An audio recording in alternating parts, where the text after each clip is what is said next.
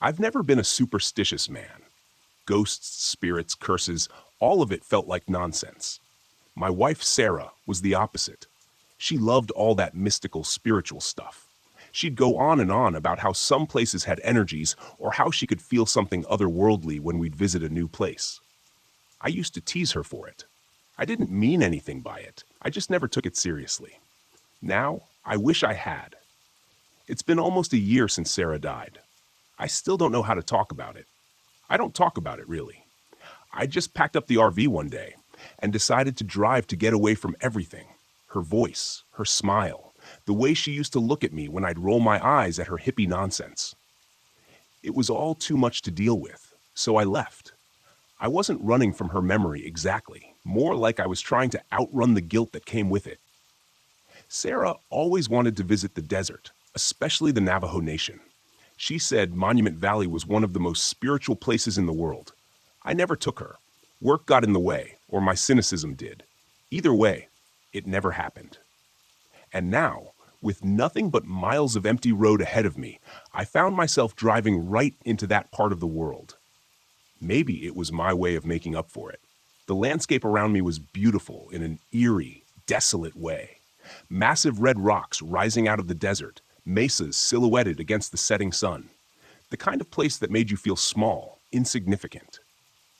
I parked the RV in a remote spot off an unmarked dirt road. No other campers around, just the endless stretch of desert and the towering rock formations in the distance. It was quiet, peaceful even. I thought maybe I'd finally get a decent night's sleep. I stepped out and walked a bit around the RV, taking in the silence. The air was cool, the sky already darkening with the stars beginning to shimmer into view. Sarah would have loved it. As I sat by the small campfire I'd built, poking at the flames, I thought I heard something in the distance. A howl. Maybe? Coyotes. I figured it was nothing unusual in a place like this, but the sound was strange. More like a scream than an animal call. I shrugged it off, telling myself it was just the wind. Still, it gnawed at me. Something about the isolation felt different tonight, heavier. I tried to shake the feeling and headed back into the RV. I locked the door out of habit, but deep down I knew a lock wouldn't help me feel safe. Not tonight. The first sign that something wasn't right came early the next morning. I'd been outside sipping my coffee and watching the sun rise over the desert when I noticed the tracks. Big, too big to be a coyote. Canine-like, sure, but the prints were deeper, more defined, and there were too many of them. They were circling the RV in a wide arc. I crouched down to get a closer look. The spacing was wrong, like whatever had made them had a stride far longer than any normal animal. I shook my head. Probably a wolf, I reasoned, even though they weren't supposed to roam this part of the desert. Or maybe a large dog from a nearby ranch. Either way, I wasn't about to get spooked over some tracks. I spent the day hiking, taking in the massive rock formations and the endless red sands. The wind carried whispers through the valleys, but I ignored it. I refused to let my mind play tricks on me. This was supposed to be my reset, my chance to process everything and finally move on. But that night, as the firelight flickered in front of me, I couldn't ignore the feeling that I wasn't alone. The coyotes started up again. At least I assumed they were coyotes, but the howls were different this time. Longer, more drawn out, closer. I told myself it was nothing. Tried to focus on the crackling fire, but the unease crept in anyway. Then I saw it. Out of the corner of my eye, I noticed movement on the ridge not far from the RV. A figure, tall, humanoid, but wrong somehow. It moved with a jerky, unnatural gait, like it didn't quite know how to walk. I blinked, and it was gone, swallowed by the shadows. My heart raced. I stood, trying to peer into the darkness, but there was nothing out there, just empty desert. The howl stopped, replaced by an eerie, oppressive silence. I doused the fire quickly and retreated into the RV, locking the door behind me.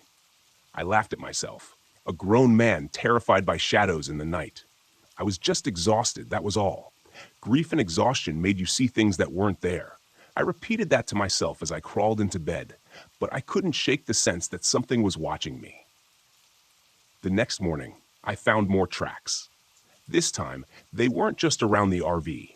They led right up to the windows, pressed deep into the sand, circling the vehicle like a predator stalking its prey. I stared at them, unease curdling in my stomach. These prints were bigger than the ones from yesterday. Deeper, too. Something was out here, something that was getting bolder. I decided to leave. That morning, I packed up my things, double-checked the tires on the RV, and set the GPS for the nearest town. But as soon as I hit the ignition, the engine sputtered. It wouldn't start. "Come on, not now," I muttered, trying again. Nothing. I went outside to check the engine, hoping it was something simple. But when I popped the hood, everything looked fine. There was no reason for the RV to stall like this. Yet there I was, stuck in the middle of nowhere, with no cell signal and no way to leave. As the day wore on, that strange feeling of being watched never left. I kept glancing over my shoulder, certain I'd catch sight of that figure again, but the desert was still dead quiet. That night, it came closer. I heard it long before I saw it. Footsteps outside the RV, soft at first, but growing heavier, more deliberate. Something was walking around, pacing as if deciding what to do next. I stayed perfectly still inside, listening as the footsteps circled the RV, stopping near the windows. Then came the scratching. At first, I thought it was a branch scraping against the side of the RV, but the sound was too methodical. It came in short bursts, like claws dragging across metal, testing the strength of the walls. I grabbed the flashlight and crept to the window, slowly pulling back the curtain just an inch. My breath caught in my throat. There, outside in the dark, was the figure I had seen on the ridge. But it was clearer now, standing in the moonlight, just feet from the RV. It wasn't human, at least not anymore. It looked like a man, but its limbs were wrong. Too long, too thin. Its skin was stretched tight over its bones, and its face, it was shifting, contorting, flickering between the face of a man and that of a coyote. It stopped scratching and turned toward the window, as if it could sense me watching. Its eyes, yellow and gleaming, locked onto mine for a moment. Time seemed to freeze. Then it bared its teeth in a sickening grin. I staggered back, heart pounding in my chest, and stumbled toward the door. I had to get out, had to run. But as soon as my hand reached for the latch, I heard it. "Mark?" I froze. "Mark, it's me." The voice, it was Sarah's. Soft, familiar, and filled with the love I hadn't heard in almost a year. I turned slowly, staring at the window. The figure outside had disappeared, but the voice lingered, echoing in the night. "Mark, come outside. Please." I shook my head, tears burning in my eyes. No, it couldn't be. It was impossible. Sarah was gone. She was gone. But the voice, it sounded so real. I pressed my hands to my ears, squeezing my eyes shut. "No," I whispered. "No, no, no." The voice grew louder, more insistent. "Mark, come to me." I fell to my knees, clutching my head as the scratching returned. More violent this time, as if the creature was trying to claw its way inside. But I didn't open the door. I didn't go outside. The next morning, everything was quiet. No scratches, no footsteps, no voice. I stepped outside, and the desert was calm again. The tracks erased by the wind. The RV started without a hitch. I drove away from Monument Valley, leaving the cursed land behind. But the memory of that night, the voice of my wife, the creature in the dark, has followed me ever since. Some things can't be explained. Some things I realize now should never be disturbed.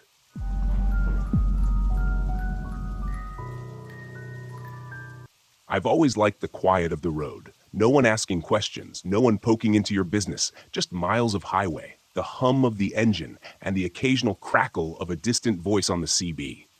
But that night, somewhere on Route 50 in the middle of Nevada, the silence felt different. Too quiet, too heavy. It had been days since I'd had a decent break. I'd left San Francisco with a load of building materials bound for Kansas City, figuring Route 50 would cut the travel time. They call it the loneliest road in America, and I've driven it enough times to know why. For hours at a time, you don't see a soul, just endless desert dotted with mountains that never seem to get any closer.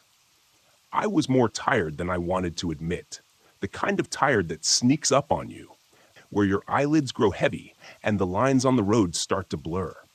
Normally, I'd push through, but something told me to pull over this time. I glanced at the clock and decided to hit the next rest stop I saw. A quick nap, I told myself, and I'd be good as new. I felt a wave of relief when I spotted the weathered sign for a rest stop 2 miles ahead.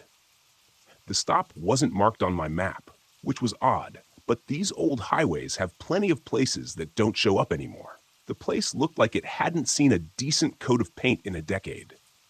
The lights above the parking area flickered weakly, casting long shadows across the cracked asphalt. A beat-up picnic table and a few rusted trash bins were all that marked the stop. The restroom building sat off to the side, its windows dark, and the air around it felt heavy, like it hadn't been disturbed in years. I pulled the rig into the lot and killed the engine. Silence settled in around me, pressing through the windows. I leaned back in the driver's seat, rubbing my face. I just needed a few hours of sleep and I'd be good to go. But before I could settle in, nature called. Typical. With a sigh, I grabbed my flashlight and climbed out of the cab. The night air was cold, much colder than I'd expected for Nevada, and the wind carried a strange scent, dry with an underlying hint of something rotten. I wrinkled my nose but kept moving toward the restroom. The building was worse up close. Graffiti covered the exterior, but it wasn't the usual stuff. No names or crude drawings. These were symbols, spirals, triangles, strange geometric shapes I couldn't quite place. Some of them were carved deep into the wood like they'd been there a long time. I pushed the door open, and the smell hit me harder inside, stronger than before. I flicked the light on, but the bulb overhead just buzzed and flickered weakly. I turned on my flashlight and swept it across the room. The place was empty, as I expected, but the walls were covered in more of those symbols, dozens of them, carved into the tiles, drawn on the mirrors. I did my business quickly, trying to ignore the feeling that those symbols were watching me, and made my way back out to the parking lot. That's when I saw the first figure. It was standing just beyond the reach of the flickering lights, a man in a heavy coat, his back to me, staring out into the desert. For a second, I considered calling out to him, but something about the way he stood there, so still, so quiet, made my gut twist. I stopped in my tracks, trying to decide if I should just get back in the truck and go. But the man didn't move. He didn't even seem to notice I was there. Maybe he was just another trucker, but I hadn't seen another rig on the road in hours. I took a step back toward my truck, keeping an eye on the figure. When I reached for the door handle, my fingers brushed something cold, too cold. I pulled my hand back, confused, and shone the flashlight on the handle. Symbols. Those same spirals and triangles scratched into the metal of my door. My heart started racing. I hadn't seen them there before. I would have noticed. I swallowed hard, scanning the lot, but the figure was gone, just vanished. I fumbled with the door, pulling it open and climbing back into the cab as fast as I could. I locked the doors and sat there, trying to steady my breathing, trying to shake off the feeling that something was terribly wrong. I'd driven across the country dozens of times, stopped in every kind of rundown, creepy rest stop imaginable, but nothing like this. The radio crackled to life suddenly, nearly making me jump out of my skin. For a second, I thought it was just picking up static, but then a voice broke through, low, distorted, frank. My heart skipped a beat. I snatched the CB mic. "Who is this?" Silence. I stared at the radio, waiting, but the voice didn't come back. I tried to convince myself I'd imagined it, that my mind was playing tricks on me, but the sound of my name, it was too clear. I glanced out the window again, half expecting to see the man in the coat, but the lot was empty. The only movement was the weak flicker of the overhead lights. Still, that rotten smell lingered, hanging in the air like a warning. I was about to start the engine and get the hell out of there when I noticed something in the rearview mirror. There was another figure now, standing near the restrooms. This one was closer. I couldn't make out their face in the dim light, but they were staring right at me, not moving, not blinking, just watching. Every instinct in my body screamed at me to leave, but when I reached for the ignition, the engine sputtered and died before it could even turn over. I tried again. Nothing. The lights on the dashboard flickered weakly before going out altogether. Come on, I muttered, trying to stay calm. Don't do this to me now. I grabbed my phone to call for help, but there was no signal, no bars, no nothing. The figure was still there, closer now. Another figure appeared near the picnic table, and then another by the trash bins. They didn't approach, but they were closing in, little by little. My mouth was dry. I fumbled for the flashlight and shone it toward the restroom, hoping to get a better look at the figures. The beam of light cut through the dark, but when it hit the first figure, they were gone. Just gone. I swept the light across the lot, but all the figures had disappeared. Every single one. I didn't waste any more time. If my truck wasn't going to start, I'd fix it in the morning.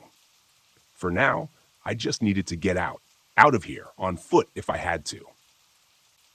I grabbed the toolbox from under the seat just in case and jumped down from the cab. That's when I noticed something else on the side of my truck. Etched into the paint was one of those symbols. Fresh. I could smell the metallic tang of scratched metal. It was the same spirals and triangles I'd seen in the bathroom, the same ones that had been on the door handle. The smell hit me again, stronger now.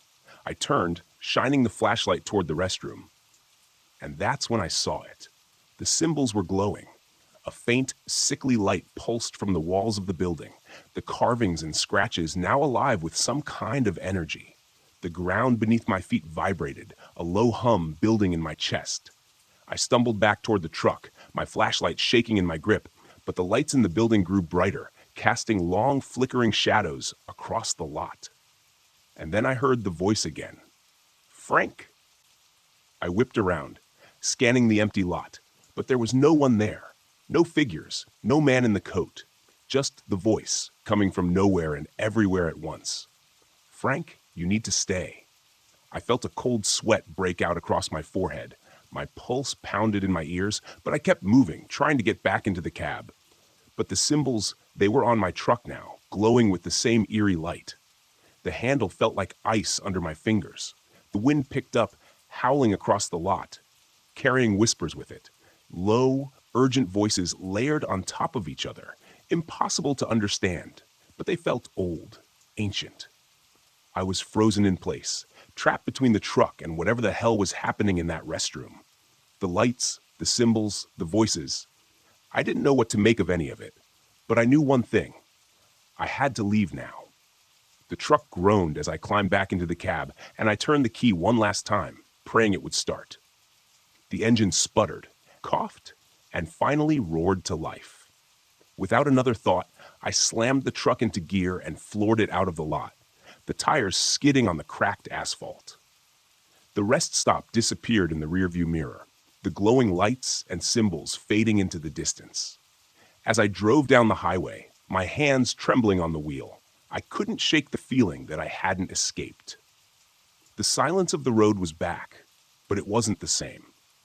The weight of those symbols, the voice, it lingered, and I knew deep down that whatever was tied to that rest stop wasn't finished with me. I don't stop on Route 50 anymore, not after that night. Some places are better left in the past.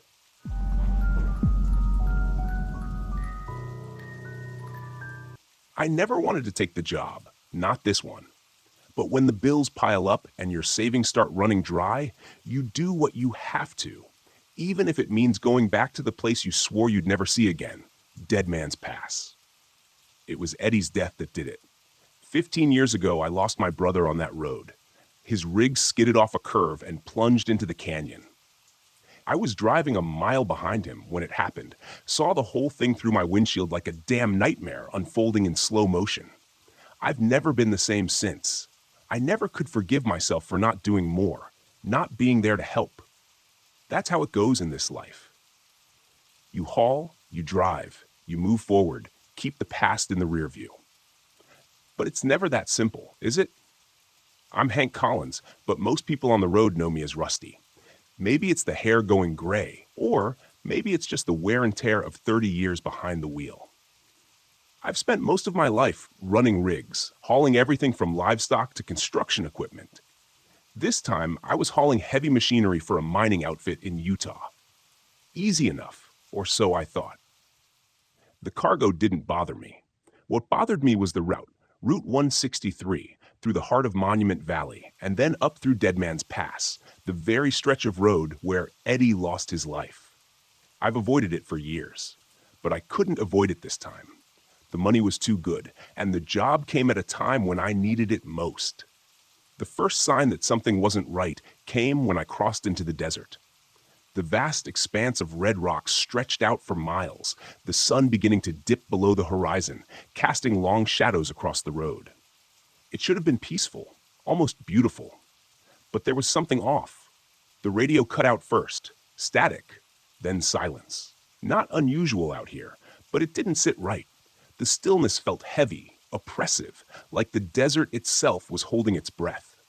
As the sun slipped away completely, I noticed a pair of headlights in my rearview mirror. At first, I didn't think much of it. Probably another trucker making the same route. But as the miles passed, those headlights didn't get closer. They stayed there, far back but steady, like whoever it was didn't intend to pass or fall behind, just keeping pace. I tried to shake it off, focusing on the road ahead. The canyon walls began to rise on either side of me, the road narrowing as I approached Dead Man's Pass. My hands tightened on the wheel, the familiar knot of tension growing in my chest. The road was winding, dangerous, with steep cliffs on one side and jagged rock on the other. I'd driven it 100 times before, but not since the night Eddie died. As I climbed higher, the truck started to act up. First, it was the brakes. They began to make a grinding noise that sent vibrations up through the cab. They were new, serviced just a week ago. No reason they should be failing. Then the engine sputtered, just once, but enough to make my heart jump. "Come on, Rusty," I muttered to myself. "Just keep moving, 1 mile at a time." But the truck didn't listen. The headlights behind me were still there, never getting any closer, never fading away. Something about it gnawed at me, a slow realization creeping in. I knew that truck. It was Eddie's. It couldn't be. Of course, Eddie's truck was a wreck at the bottom of the canyon, rusted and forgotten. But the make, the model, even the busted left headlight, it was all the same. And it was following me. I turned up the CB, hoping for some noise to drown out my thoughts, but all I got was static. My hands were sweating now, the wheels slick beneath my fingers.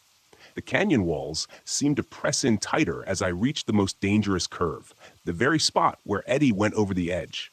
My foot eased off the gas, but then the CB crackled to life, and a voice broke through the static. "Rusty, Hank, you got to stop." I nearly jerked the wheel in shock. I knew that voice. It was impossible, but I knew it. It was Eddie. "Eddie, Eddie," I whispered, even though I knew there was no way it could be real. I fumbled with the radio, trying to clear the signal, but the voice only grew louder, swallowed by the hiss of static. "Rusty, you gotta stop. You can't make the same mistake." I was losing my mind. That's what this was. Too many years on the road, too many ghosts haunting me. That's all it was. But then the truck sputtered again. The grinding in the brakes got worse. I could feel the whole rig shudder as I tried to slow down, but the brakes weren't responding. I pumped them hard, but nothing. The curve was coming up fast, and I knew I wouldn't make it if the brakes didn't hold. "Damn it!" I shouted, yanking the wheel hard to the right, pulling off onto the narrow shoulder. The truck screeched to a stop, just inches from the cliff's edge. For a long time, I sat there, heart pounding, staring at the drop below. The canyon stretched out beneath me, a black abyss swallowing the last traces of daylight. My breathing was ragged, my hands shaking, and then I saw it. Eddie's truck was still there, sitting on the road behind me, headlights glowing dimly through the dust. But now I could see it wasn't just a truck. The rig was mangled, twisted, just like it had been after the accident. The front end was smashed in, the cab crumpled, the windshield shattered, and standing next to it was Eddie. I blinked, rubbed my eyes, but he didn't disappear. He was there, as clear as day.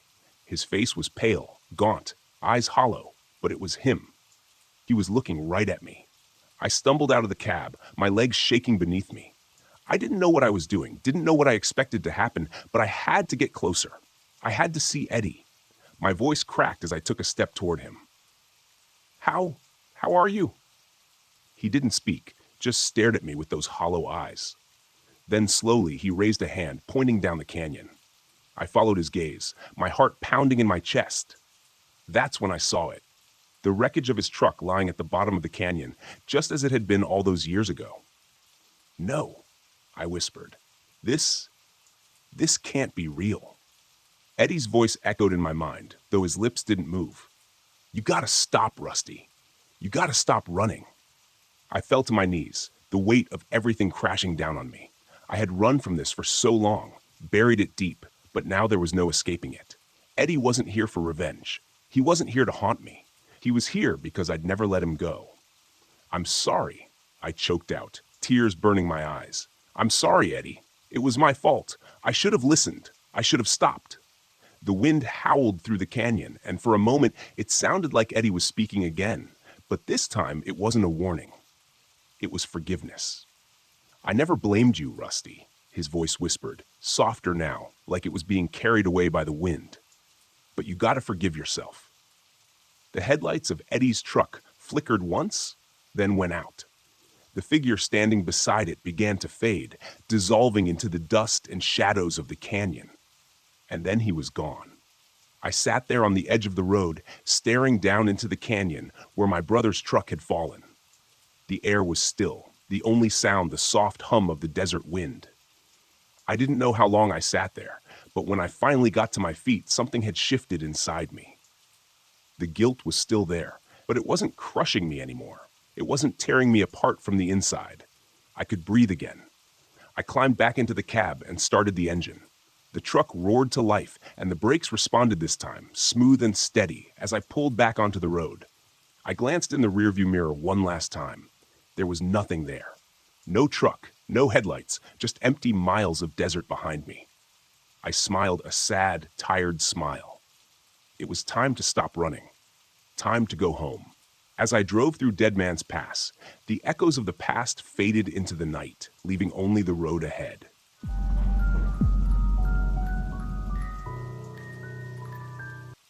I'm not sure why I chose the Okala National Forest. It wasn't really on my radar until a couple of weeks ago. Maybe it's because Megan always talked about it, how beautiful the pine forests were, the springs. She was the nature person, not me. She practically begged me to take her camping here once, back when we were still together. I kept putting it off, using work as an excuse. Now, here I am, in the middle of the forest, alone in my RV with nothing but my thoughts for company. I needed a break. That's what my doctor said. Unplug, he told me. You need to find yourself again, as if I ever had a real grasp of who I was to begin with. 2 weeks into my forced time off, I wasn't any closer to finding peace or clarity. I felt off. I didn't realize how addicted I was to being connected. No emails, no social media, no news feeds. Just silence and isolation. It was what I thought I wanted. The first night in the RV wasn't too bad. I parked in a secluded spot far from the main road, surrounded by towering pine trees. I managed to set up camp without any major problems. I had a fire going, and for a little while I could almost see the appeal Megan always talked about. There was something peaceful about the forest, about the stillness, but it was the kind of stillness that quickly became unsettling when you were alone. By the time the sun set, the silence had grown thick. The only sound was the wind shifting through the pine needles, and every so often, the distant call of an owl. I tried to read one of the survival books I'd brought, but I couldn't focus. My mind kept drifting back to her. Megan. We hadn't spoken since the divorce went through. 3 years of marriage dissolved in less than a month. I couldn't even tell you exactly when things went wrong. I just buried myself in work. She begged me to slow down, to reconnect, but I didn't listen. I told myself I was doing it for us, that the stress was worth it in the end. But by the time I realized how much I'd lost, it was too late. The fire crackled as the temperature dropped. I got up to grab my jacket from inside the RV. That's when I first heard it, a soft tapping sound, like something lightly knocking against the side of the RV. I froze, listening. Tap, tap, tap. I leaned against the door, listening harder. The tapping continued, rhythmic, almost deliberate. I grabbed a flashlight and opened the door, scanning the area around the RV. The light cut through the darkness, but I couldn't see anything. Just trees and shadows.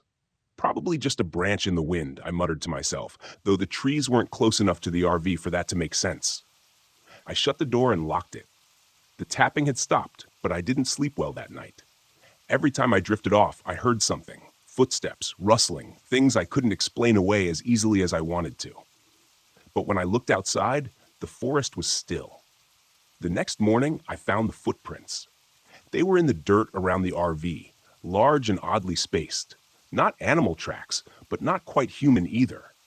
They seemed too long, too wide, like someone had been walking on the balls of their feet with unnatural precision. They circled the RV, stopping near the windows before disappearing into the trees. I crouched down to get a better look. The prints were deep, the kind that didn't come from a person casually walking. Whoever or whatever had made them was heavy, deliberate. I couldn't shake the feeling that I was being watched, even though there was no one around. I considered leaving, but I wasn't going to let some footprints freak me out. Besides, my RV wouldn't start. No matter how many times I turned the key, the engine just sputtered and clicked. The GPS on my phone was glitchy too, pointing me in all sorts of random directions before it finally went blank. Great.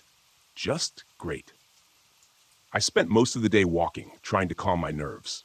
I stuck to the trails at first, but as the hours passed, I wandered deeper into the forest. The pine trees stretched up endlessly, their trunks so straight and uniform that I started losing track of where I was. I didn't mind being lost, not at first.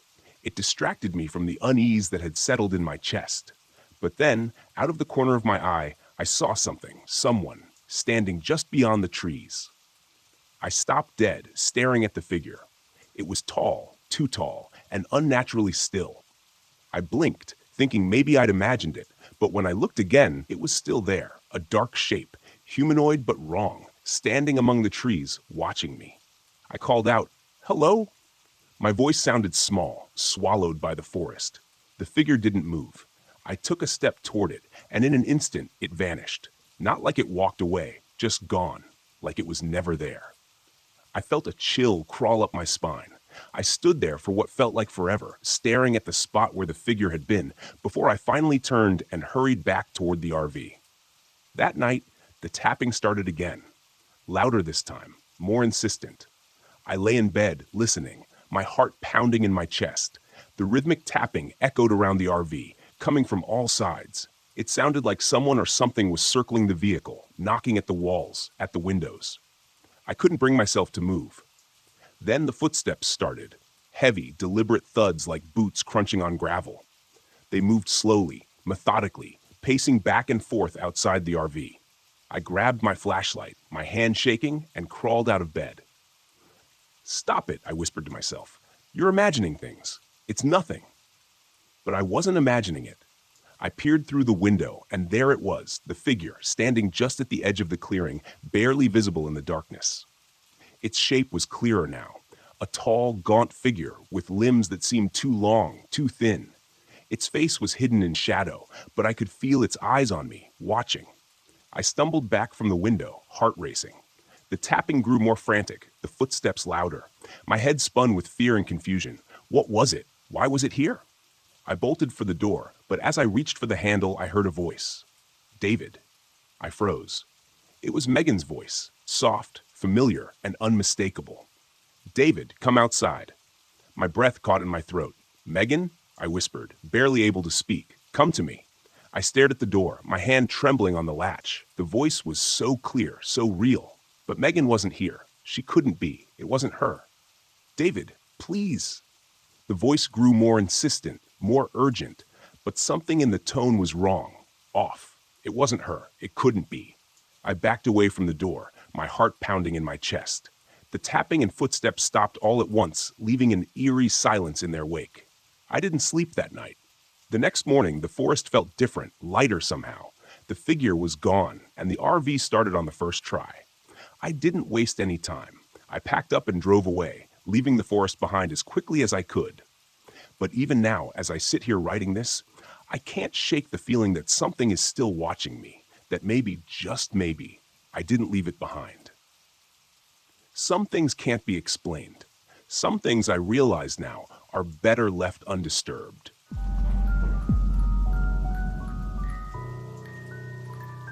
I hadn't planned on staying at Stillwater Grove. The campground wasn't even marked on my map, just a small patch of green near the edge of Shawnee National Forest. But as I drove down the empty forest road, I saw the sign, old weathered wood with the words Stillwater Grove Campground carved into it. It felt like an invitation, one I couldn't resist. I'd been on the road for weeks, photographing wildlife for a personal project I'd picked up after quitting my job. The last few months had been a blur of long drives, lonely campsites, and an overwhelming need to be anywhere but back in the city. I didn't miss my corporate job or my ex. What I did miss was the feeling that I knew what the hell I was doing with my life. Stillwater Grove seemed perfect, quiet, isolated, and right by the lake. It would give me the break I needed, some peace before heading back into the real world. When I pulled into the campsite, the late afternoon sun cast long shadows across the grove. The air was still, the only sound being the gentle lapping of water against the shore. A single RV sat on the far side of the campground, a distant figure moving near it. Otherwise, it was just me. I parked my RV near the edge of the lake, the water glistening under the fading light. After setting up camp, I grabbed my camera and headed toward the shore, hoping to catch the sunset. As I stood there framing the perfect shot, a voice startled me. "Beautiful, isn't it?" I turned to see a woman standing a few feet away, her face half in shadow. She had an otherworldly kind of beauty, pale skin, long dark hair, and eyes that seemed to take in everything. "Yeah," I replied, lowering my camera. "It's peaceful." She smiled. "It always is here. I'm Ellie, by the way." "Nick," I said, shaking her outstretched hand. Her skin was cold, like she'd been standing in the shade for too long. "You camping here too?" "For a little while," she said, her voice soft. "I come here every now and then. Can't stay away." Her words sent a shiver down my spine, though I couldn't explain why. I wasn't used to talking to people much anymore. The solitude had become my comfort zone, and something about Ellie felt out of place. "You here for the fishing?" I asked, trying to make small talk. She shook her head. "No, just the lake, the quiet." We stood in silence for a moment, watching the sun sink behind the trees. The sky turned shades of pink and orange, the water reflecting the colors like a mirror. I raised my camera, snapping a few shots, and when I looked back, Ellie was gone, just like that. I glanced around, but there was no sign of her. The other RV was still parked at the far end of the grove, but there was no movement. I chalked it up to her being quick on her feet, though it left me feeling oddly unsettled. That night, I couldn't sleep. The wind had picked up, making the trees outside rustle against each other like whispered secrets. I rolled over in bed, trying to find a comfortable position, but something felt off. The RV was too cold, colder than it should have been. I checked the thermostat, but everything seemed normal. Still, the chill lingered. I grabbed a blanket and tried to force myself to sleep. That's when I heard it. A faint sound, barely audible at first, like a woman's voice carried on the wind. I sat up, listening, but it was gone. Just my imagination, I thought. Long days alone in the woods will do that to you. But then I heard it again. This time it was clearer, a soft, melodic humming coming from outside. I climbed out of bed, grabbing my flashlight. My breath fogged up in the cold air as I stepped outside the RV, scanning the campsite. Nothing. Just the stillness of the lake and the trees swaying gently in the wind. But the humming persisted, coming from near the water's edge. I walked toward the shore, the beam of my flashlight dancing over the ground. And that's when I saw her. A woman in white, standing at the edge of the lake, her back to me. Her long, dark hair hung loose down her back, swaying slightly as she hummed that haunting tune. "Ellie?" I called out, my voice shaking. She didn't turn. She just stood there, motionless, her gaze fixed on the water. Something about the way she stood, so still, so rigid, set my nerves on edge. I took a step closer, the flashlight illuminating her pale figure. But as soon as the light touched her, she vanished. I blinked, stunned. 1 second, she'd been there, and the next, she was gone. The water rippled where she had been standing, but otherwise, the lake was empty. I backed away, my heart pounding in my chest. What the hell was that? I hurried back to the RV, locking the door behind me. My breath came in quick, shallow gasps. My hands were shaking. I didn't believe in ghosts or supernatural nonsense, but what I'd seen, it wasn't right. I had seen her. I knew I had.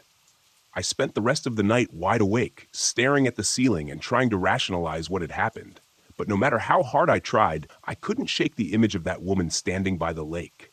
The next morning, I found Ellie near the grove, sitting by a small campfire. She smiled when she saw me, though her smile didn't quite reach her eyes. "Rough night?" she asked, as if she already knew.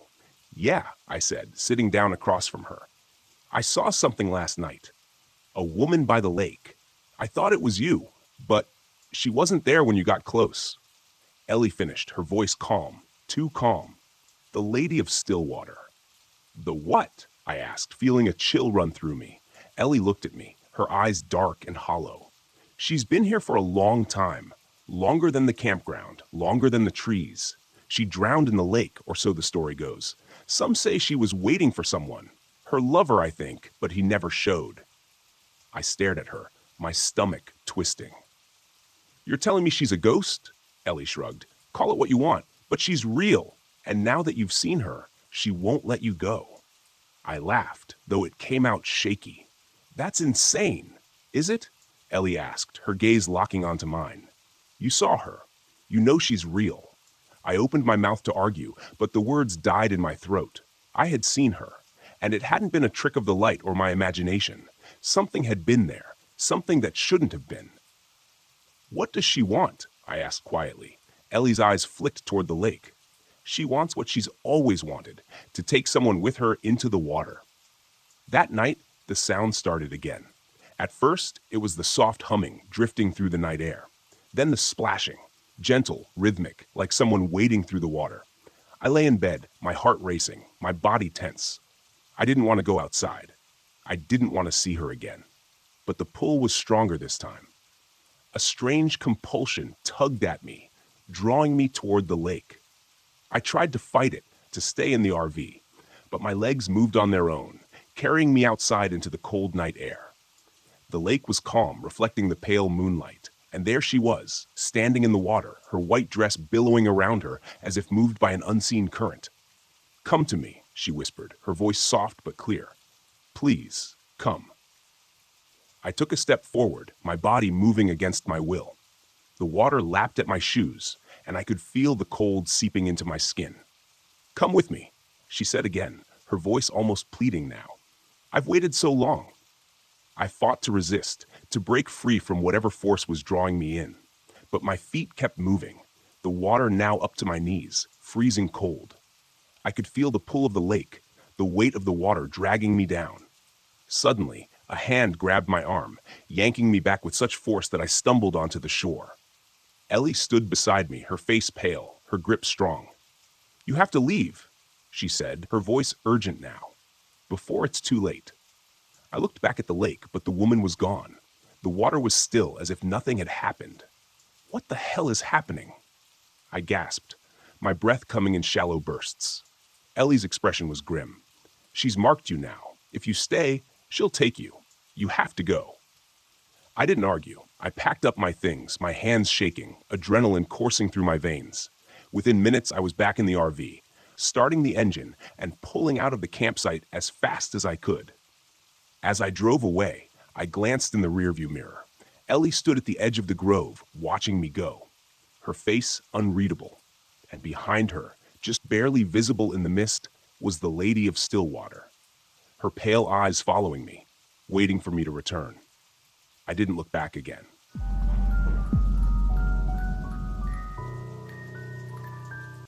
I thought this trip would fix everything.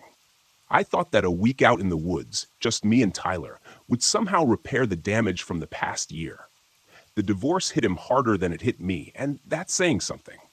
I thought maybe, out here in the quiet, away from the distractions of phones and the city, we could connect again. You know, like fathers and sons are supposed to. But from the moment we hit the road, I knew it wasn't going to be easy.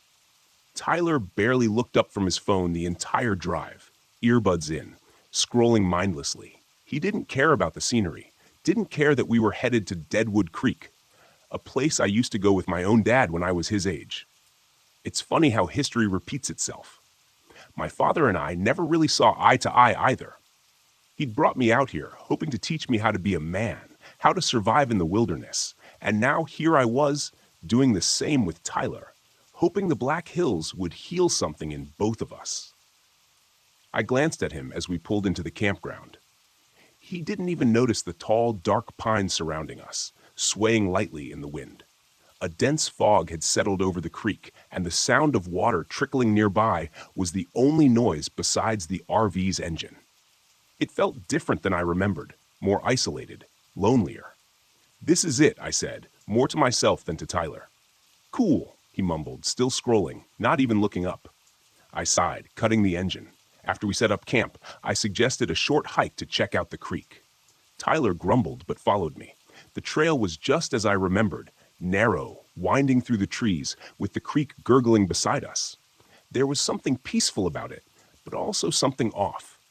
The further we went, the heavier the air felt, like the forest was watching us. We reached the creek's edge, where the water ran fast over the rocks. I crouched down, letting the cool water run over my hand. "This place used to be full of miners back in the gold rush days," I said, trying to make conversation. "A lot of people came out here looking to strike it rich. Some of them didn't make it out." Tyler shrugged. "I guess," he said. I stood up and brushed off my hands, frustrated. You could try enjoying this." He looked up from his phone for the first time and scowled. "I didn't ask to come here." I bit my tongue, holding back the argument that wanted to burst out. "Let's head back to camp." As we turned to leave, something flickered in my peripheral vision. I stopped, squinting through the trees. There, just at the edge of the clearing, a dim light floated in the distance. It flickered like a lantern, swaying in the wind. "Did you see that?" I asked, pointing toward the trees. Tyler glanced up, following my gaze. "What? That light?" It was gone. I blinked, rubbing my eyes. Maybe I'd imagined it. The fog had thickened while we were by the creek, and the woods were growing darker. Never mind, let's go. The first night was when things started getting weird. Tyler and I had retreated to the RV after dinner. He was predictably glued to his phone while I tried to read a book, but the quiet gnawed at me. The stillness outside felt oppressive rather than peaceful. The wind had picked up, and the pines swayed ominously against the backdrop of the night. Then I heard it. At first, I thought it was just the wind, a soft, barely there sound like whispers carried on the breeze. But as I listened, it grew more distinct. Not the wind, voices, faint, disembodied voices murmuring just outside the RV. "Did you hear that?" I asked, sitting up straighter. "What?" Tyler didn't even look up. "The voices outside." Tyler pulled out one of his earbuds, frowning. "What are you talking about?" I stood up and went to the window, peering out into the darkness. Nothing but fog and trees. But I could still hear the whispers just at the edge of hearing, like they were coming from the creek. I shook my head. Probably just the wind. Tyler rolled his eyes and went back to his phone, but something about those whispers unsettled me. That night as I lay in bed, I couldn't shake the feeling that we weren't alone. The next morning, the air felt even heavier. Tyler was still distant, sulking around camp, so I suggested another hike, hoping it would clear the tension between us. He reluctantly agreed, and we set off down the trail again, heading back toward the creek. But this time, the unease I'd felt the day before was stronger. Every rustle in the trees, every crack of a branch set me on edge.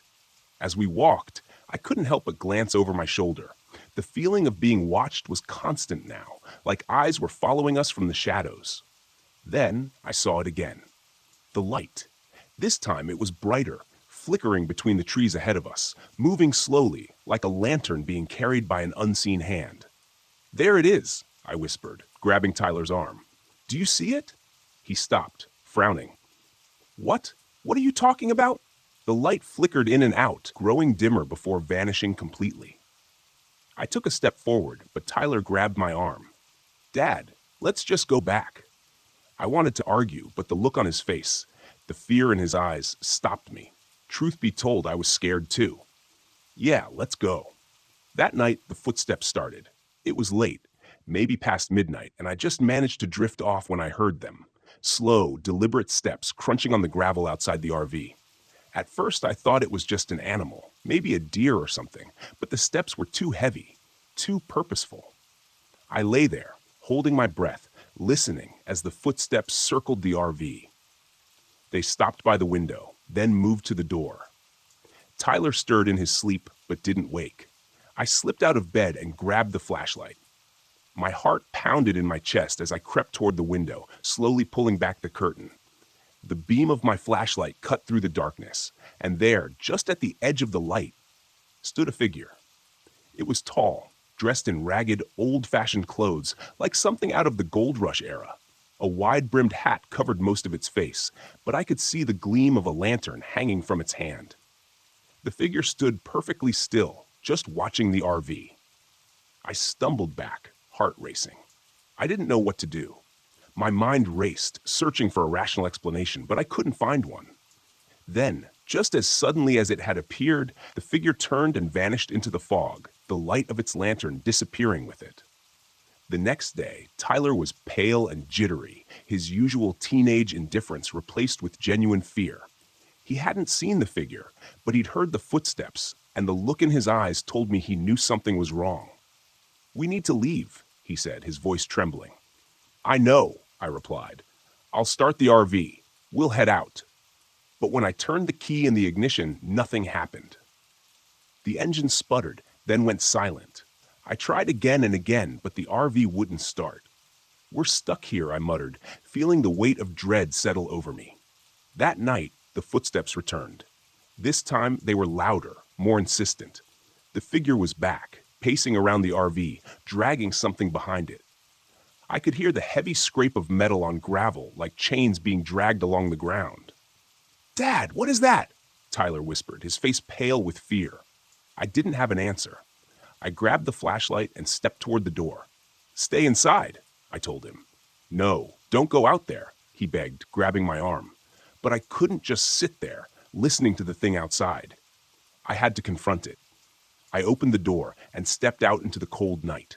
The figure was there, standing by the creek, its lantern casting an eerie glow over the water. It didn't move as I approached, just watched me with shadowed eyes. "What do you want?" I shouted, though my voice trembled. "What are you?" The figure didn't respond. Instead, it slowly lifted its arm, pointing to the ground near the water's edge. There, half buried in the mud, was an old rusted gold pan. I didn't understand at first, but then it hit me, the legend, the miner's ghost protecting his lost fortune. I knelt down, my hands trembling, and lifted the pan from the mud. As soon as I touched it, the figure vanished. The footsteps stopped, the whispers and the wind fell silent. The air was lighter, the oppressive weight lifted. I stood there for a long time, holding the gold pan, my mind racing. Then, without looking back, I turned and went back to the RV. The next morning, the RV started without a hitch. We left Deadwood Creek behind, and neither of us spoke about what happened. But as we drove away, I couldn't help but glance in the rearview mirror, half expecting to see the figure watching us from the trees. I didn't, but I knew, deep down, that something had happened out there. Something I couldn't explain, something I would never forget. And maybe, just maybe, Tyler and I would be okay.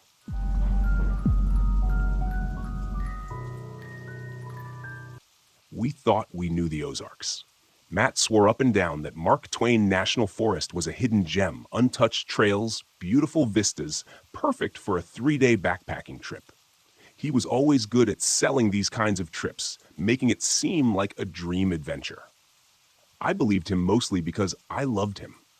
But even then, as we parked the car at the trailhead and unloaded our gear, I couldn't shake the feeling that this trip was going to be different. "Looks like we're in for some real wilderness this time," Kyle said, flashing a grin. He was already making jokes about getting lost and being eaten by cryptids.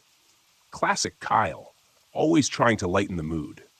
I laughed it off, but something about the dense trees and the isolation made the joke sit heavy in my chest. The forest felt too quiet, too vast. Matt, as usual, was all business. He was adjusting his pack, double-checking the map on his phone. "We'll follow the GPS for most of the way," he said, his voice filled with confidence. "Should be easy. Just a couple of tough climbs, but nothing we can't handle." I glanced at Sarah, who was tightening the straps on her hiking boots. She was always the tough one, competitive, never backing down from a challenge. I liked that about her, but sometimes it felt like she had something to prove, especially when Matt was around. I couldn't tell if it was admiration or rivalry. "Let's get moving," Matt called, waving us on. "We've got a lot of ground to cover." The first day went as expected. We hiked deeper into the forest, leaving behind the marked trails and venturing into the heart of the wilderness. The trees were taller here, their branches heavy with green, creating a canopy that let in only slivers of sunlight. It felt like the forest was swallowing us whole, but Matt pressed on, oblivious to the creeping unease that gnawed at me. That night, we set up camp by a small stream. The air was cooler than I expected, a bite of cold that sank into my bones as the sun set. Kyle's tent had a broken pole, something he hadn't noticed until we tried setting it up. He laughed it off, saying he'd just sleep in Sarah's tent. But Matt's frustration was clear. "Next time, check your gear before we leave," Matt snapped, his voice tight. "Relax, man, it's just a tent pole," Kyle said, but the tension between them simmered. I was too tired to deal with their bickering, so I busied myself with starting the fire. Dana, my girlfriend, snapped photos as always, capturing the last glimmers of daylight filtered through the trees. She looked peaceful behind the camera, but I could tell she felt it too. That sense that something was off. That night, we heard the first howl. It was distant at first, almost like the wind moving through the trees, but then it came again, low and deep, rising into a chilling wail that made the hairs on my arms stand up. "What the hell was that?" Sarah muttered, her hand instinctively moving toward the hatchet strapped to her pack. Matt shrugged, trying to play it off. "Probably just a coyote or something. These woods are full of wildlife." But it didn't sound like any coyote I'd ever heard. I exchanged a glance with Dana, and she raised her eyebrows in that way she did when she didn't believe something. Kyle, of course, took the opportunity to joke. "Sounds like Bigfoot's out there, or maybe the Ozark howler," he said, his voice teasing. "You guys know that one, right? Big, hairy creature, glowing red eyes, hunts hikers for fun." "Knock it off," Matt said sharply. "It's just an animal. Get some sleep. We've got a long hike tomorrow." I tried to brush it off too, but lying in our tent that night, I couldn't shake the feeling that something was watching us. Every rustle of the leaves, every snap of a twig outside, made my heart race. I must have drifted off at some point, but it was restless sleep. The next morning, Dana told me she'd seen something outside the tent, just for a second, but she was sure of it. Red eyes. "I saw red eyes, Matt," she said softly. I laughed nervously, thinking she must have been half asleep. "Maybe it was just a trick of the light," I said, though even I didn't believe it. I hadn't told anyone about the dreams I'd had, the sensation of being watched, hunted, like we were intruding on something that didn't want us there. Day 2 was worse. The forest grew denser, the path less defined, and the GPS signal flickered in and out. At one point, we lost it completely. Matt insisted he could still navigate using the map, but the landscape wasn't matching up with anything. The trees felt wrong, closer somehow, like they were moving in on us. The air grew colder, and the silence pressed down like a weight. "We're lost," Sarah said flatly, glaring at Matt. "We're not lost," he snapped back. "I know where we are." But he didn't. None of us did. That night, we found claw marks on the trees, deep gouges like something had raked through the bark, with claws far larger than any animal should have. Dana's hands trembled as she took pictures, but Matt dismissed it. "Could be a bear," he said, though the unease in his voice was obvious. "That's not a bear," Kyle muttered, his earlier joking tone gone. He stared at the claw marks, his face pale. "This is messed up, man. Maybe we should turn back." "We're not turning back," Matt said, his voice rising. "We've come this far. We stick to the plan." The argument that followed was inevitable. Sarah sided with Kyle, saying we were unprepared and it wasn't worth the risk. Dana stayed quiet, but I could see the fear in her eyes. Matt, stubborn as ever, refused to admit we were in over our heads. We set up camp again that night, and the howling returned. This time it was closer, louder, the sound reverberating through the trees like something was circling us. I barely slept, and when I did, I dreamt of those red eyes watching us from the darkness. In the morning, we found more signs. Animal carcasses torn apart, strewn across the ground. Deer, mostly, their bodies mangled in ways that didn't make sense.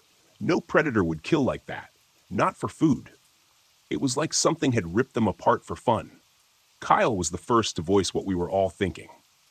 "It's the howler, man. I'm telling you, this place is messed up." Matt, as always, refused to believe it. "It's just a predator. Wolves, maybe." "There are no wolves in the Ozarks," Sarah said, her voice shaking. "Not anymore." We kept moving, but the howls followed us, louder, closer. By late afternoon, we knew we weren't alone. We were being hunted. It was just before dusk when we saw it. We stopped to rest, setting our packs down near a small clearing. That's when Dana froze, her camera slipping from her hands. "Matt," she whispered, "behind you." I turned just in time to see it step out of the trees, hulking, shadowy, with glowing red eyes that burned through the dim light. Its body was massive, covered in thick dark fur, but its shape was wrong, twisted like something caught between animal and something more. The howl that followed was like nothing I'd ever heard, a deep, guttural sound that shook me to my core. It didn't charge, it didn't attack, it just stood there, watching, as if daring us to move. We didn't. "What the hell is that?" Kyle's voice was barely a whisper, his face drained of color. "It's not real," Matt muttered, but his voice lacked conviction. Dana grabbed my arm, her fingers digging into my skin. "We have to go," she said, her voice trembling now. The creature tilted its head, almost curious, its red eyes glowing brighter. Then, with one last bone-chilling howl, it slipped back into the trees. We didn't wait to see if it would return. We packed up in record time and started moving fast, too fast. The light was fading, and we were stumbling over roots and rocks, our breath coming in short, panicked gasps. That night, we didn't set up camp. We just kept walking, desperate to put distance between us and whatever that thing was. The howls continued, closer, always closer. When dawn finally broke, we stumbled upon an old ranger's cabin. Its roof caved in, the windows shattered. It wasn't much, but it was shelter. We collapsed inside, too exhausted to keep going. For the first time in hours, the howling stopped. Matt stared at the floor, his face pale, his hands shaking. "It's not real," he whispered over and over again, like a broken record. But we knew better. We had heard it, seen it. The Ozark howler was real, and it had let us live, for now. As we sat in that ruined cabin, the forest watching, waiting, I realized we hadn't escaped. Not really. The howler was still out there, somewhere in the shadows, and it was only a matter of time before it came back.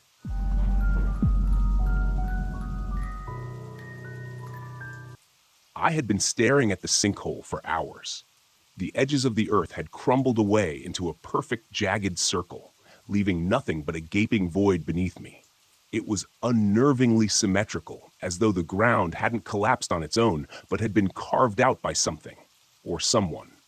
I crouched at the edge, carefully adjusting my geological scanner, but the equipment was giving me nothing but static. The readings were all over the place. "This doesn't make sense," I muttered, tapping the scanner in frustration. I hadn't come all the way to Hollow Creek for faulty data. I took a deep breath and scanned the horizon. The thick pines loomed like sentinels around the campground, the pale light of late afternoon casting long shadows across the landscape. My RV sat parked a short distance away, looking small and vulnerable against the vast wilderness of Chugach National Forest. It was a beautiful place, no doubt.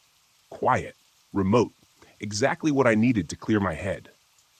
But the silence had a weight to it, an unnatural stillness that gnawed at the edges of my mind. I was here on a solo trip, tasked with investigating the sudden appearance of several sinkholes that had been forming in the area. Geological instability was the theory, but something about the way these holes formed had raised red flags from the moment I arrived. The patterns were too precise, too deliberate. My phone buzzed, breaking the silence. It was Ethan. the local park ranger, and the closest thing to human contact I'd had in days. His voice crackled through the static as I picked up. "Hey, Megan, how's it going out there?" "Not great," I admitted. "The equipment's glitching again, and these sinkholes, I don't know. They feel weird. Not like anything I've seen before." Ethan chuckled, but there was an edge to it. Hollow Creek's always been strange. You wouldn't be the first to think something's off here. "What do you mean?" I asked, standing up and dusting off my jeans. "You ever hear the stories about this place? Locals believe the sinkholes are more than just geological shifts. They think there's something ancient beneath the earth. The indigenous people used to call it the land that breathes. They thought the earth here was alive, that it could swallow you whole if you weren't careful." I rolled my eyes, though the words stirred an uneasy feeling deep in my gut. Sounds like folklore to me. "Maybe," Ethan said, his tone serious now. "But I'd be careful if I were you. These woods have a way of playing tricks on you. And the sinkholes, well, they've taken people before. People who didn't listen to the warnings." I didn't respond right away, staring down into the abyss of the sinkhole in front of me. I'd studied rocks and underground formations for most of my career, but nothing had prepared me for the unnerving stillness of this place. "Thanks for the heads up," I said, trying to keep my voice light. "But I'm here to study geology, not ghosts." Ethan sighed. "Just don't go deep, okay? Call if you need anything." I hung up and pocketed the phone, but the conversation lingered in my mind. The land that breathes. Superstition, I told myself. Just old stories. I turned back to the sinkhole.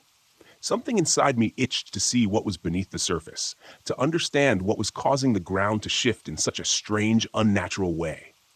The patterns in the rocks I had been studying weren't like any natural formation I'd seen before. There were spirals, perfectly etched into the stone, as though by design, not by nature.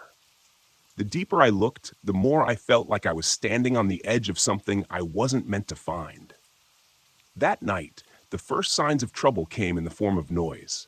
A low, deep rumbling that vibrated through the ground like the hum of a giant unseen machine. It started just as I was finishing dinner, sitting by the campfire. The sounds blended into the whispering wind at first, but then it grew louder, more distinct, like a deep pulse coming from below. I stood, flashlight in hand, scanning the trees. The stars were barely visible, shrouded in the thick clouds that seemed to roll in out of nowhere. The fire flickered, casting eerie shadows on the trees. For a moment, I thought I heard footsteps, something moving in the dark. "Ethan?" I called, my voice small against the vast silence. Nothing. I walked toward the sinkhole, my stomach knotting with every step. The rumbling grew louder, and as I reached the edge, I felt it. Vibrations under my feet. The ground beneath me was shifting, alive. I shone my flashlight down into the hole, but the beam disappeared into the blackness, swallowed by the depths. I knelt, running my hand along the edge. The earth was soft, loose, as though it had only recently begun to settle after something had disturbed it. Suddenly, the ground beneath me gave way. I scrambled backward, heart racing, just as a section of the earth collapsed, sending a cascade of dirt and rocks into the sinkhole. I fell onto my back, gasping for air, watching as the hole grew wider, deeper, like a hungry mouth devouring the ground. Adrenaline pumped through me as I backed away, my mind racing. I needed to get out of here. This wasn't normal. This wasn't just a geological phenomenon. Something was moving beneath the surface. Something massive. I rushed back to the RV, the flashlight beam bouncing erratically as I fumbled for the key. But as I reached the door, the ground shook again, harder this time. The sinkhole was growing fast. I had to leave now. But then a thought struck me. What if I was right? What if this was something no one had ever discovered before? If I could just capture proof, if I could document what was really happening here, my work would be revolutionary. I would be vindicated. My mind flashed back to the spirals in the rock, the patterns that had seemed too deliberate to be natural. There was something ancient beneath the earth, and I was so close. I grabbed my gear and rushed back to the edge of the sinkhole. My heart pounded in my chest as I descended carefully into the darkness, lowering myself into the opening. The air grew colder as I went deeper. The walls of the hole were damp and slick beneath my hands. After what felt like an eternity, I reached the bottom. The cavern was vast, much larger than I had anticipated. My flashlight illuminated jagged rock formations, but it was the carvings on the walls that caught my breath. Symbols, spirals etched deep into the stone. They were everywhere, ancient and deliberate. This wasn't just a natural formation. This was a structure, a temple of some kind, buried deep beneath the earth for centuries, maybe longer. I pulled out my camera, hands trembling, and began to record. But as I did, a low, resonating sound filled the cavern. A rhythmic pulse like the beating of a massive heart. I froze, my breath catching in my throat. The walls seemed to vibrate with the sound, the ground shifting beneath my feet. And then, from the shadows, I heard it. Footsteps, heavy, deliberate, coming from the deeper recesses of the cavern. Something was moving toward me, something massive. My flashlight flickered, casting erratic beams of light across the stone walls. I backed away slowly, my heart hammering in my chest. Whatever was in the darkness, it was getting closer. I could feel its presence, a weight in the air, a primal force that made my skin crawl. The footsteps stopped, and then a deep, guttural growl echoed through the cavern. I ran. I didn't look back. The ground trembled beneath me as I scrambled up the wall of the sinkhole, my hands slipping on the loose earth. The growling grew louder, closer, until I could feel hot breath on the back of my neck. I burst out of the sinkhole, gasping for air, and ran toward the RV. The ground shook violently, and as I reached the door, I glanced back. The sinkhole was collapsing in on itself, the earth swallowing it whole. But for a split second, I saw something massive, serpentine, rising from the depths before it disappeared into the darkness. I didn't wait. I threw open the door, started the engine, and sped away, leaving Hollow Creek behind me. By the time I reached the main road, my heart had finally begun to slow. I was alive. I had made it. But the images of that cavern, those symbols, haunted my mind. I had uncovered something ancient, something that wasn't meant to be found. As I drove away, I couldn't shake the feeling that I had disturbed something that should have stayed buried. Something that was still there, waiting beneath the earth. And I knew one thing for certain: I wouldn't be going back.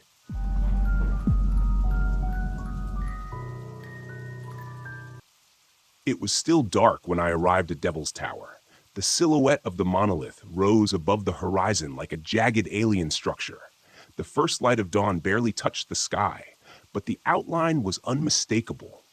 This place had always felt otherworldly, as if it didn't belong to the same earth the rest of us walked on.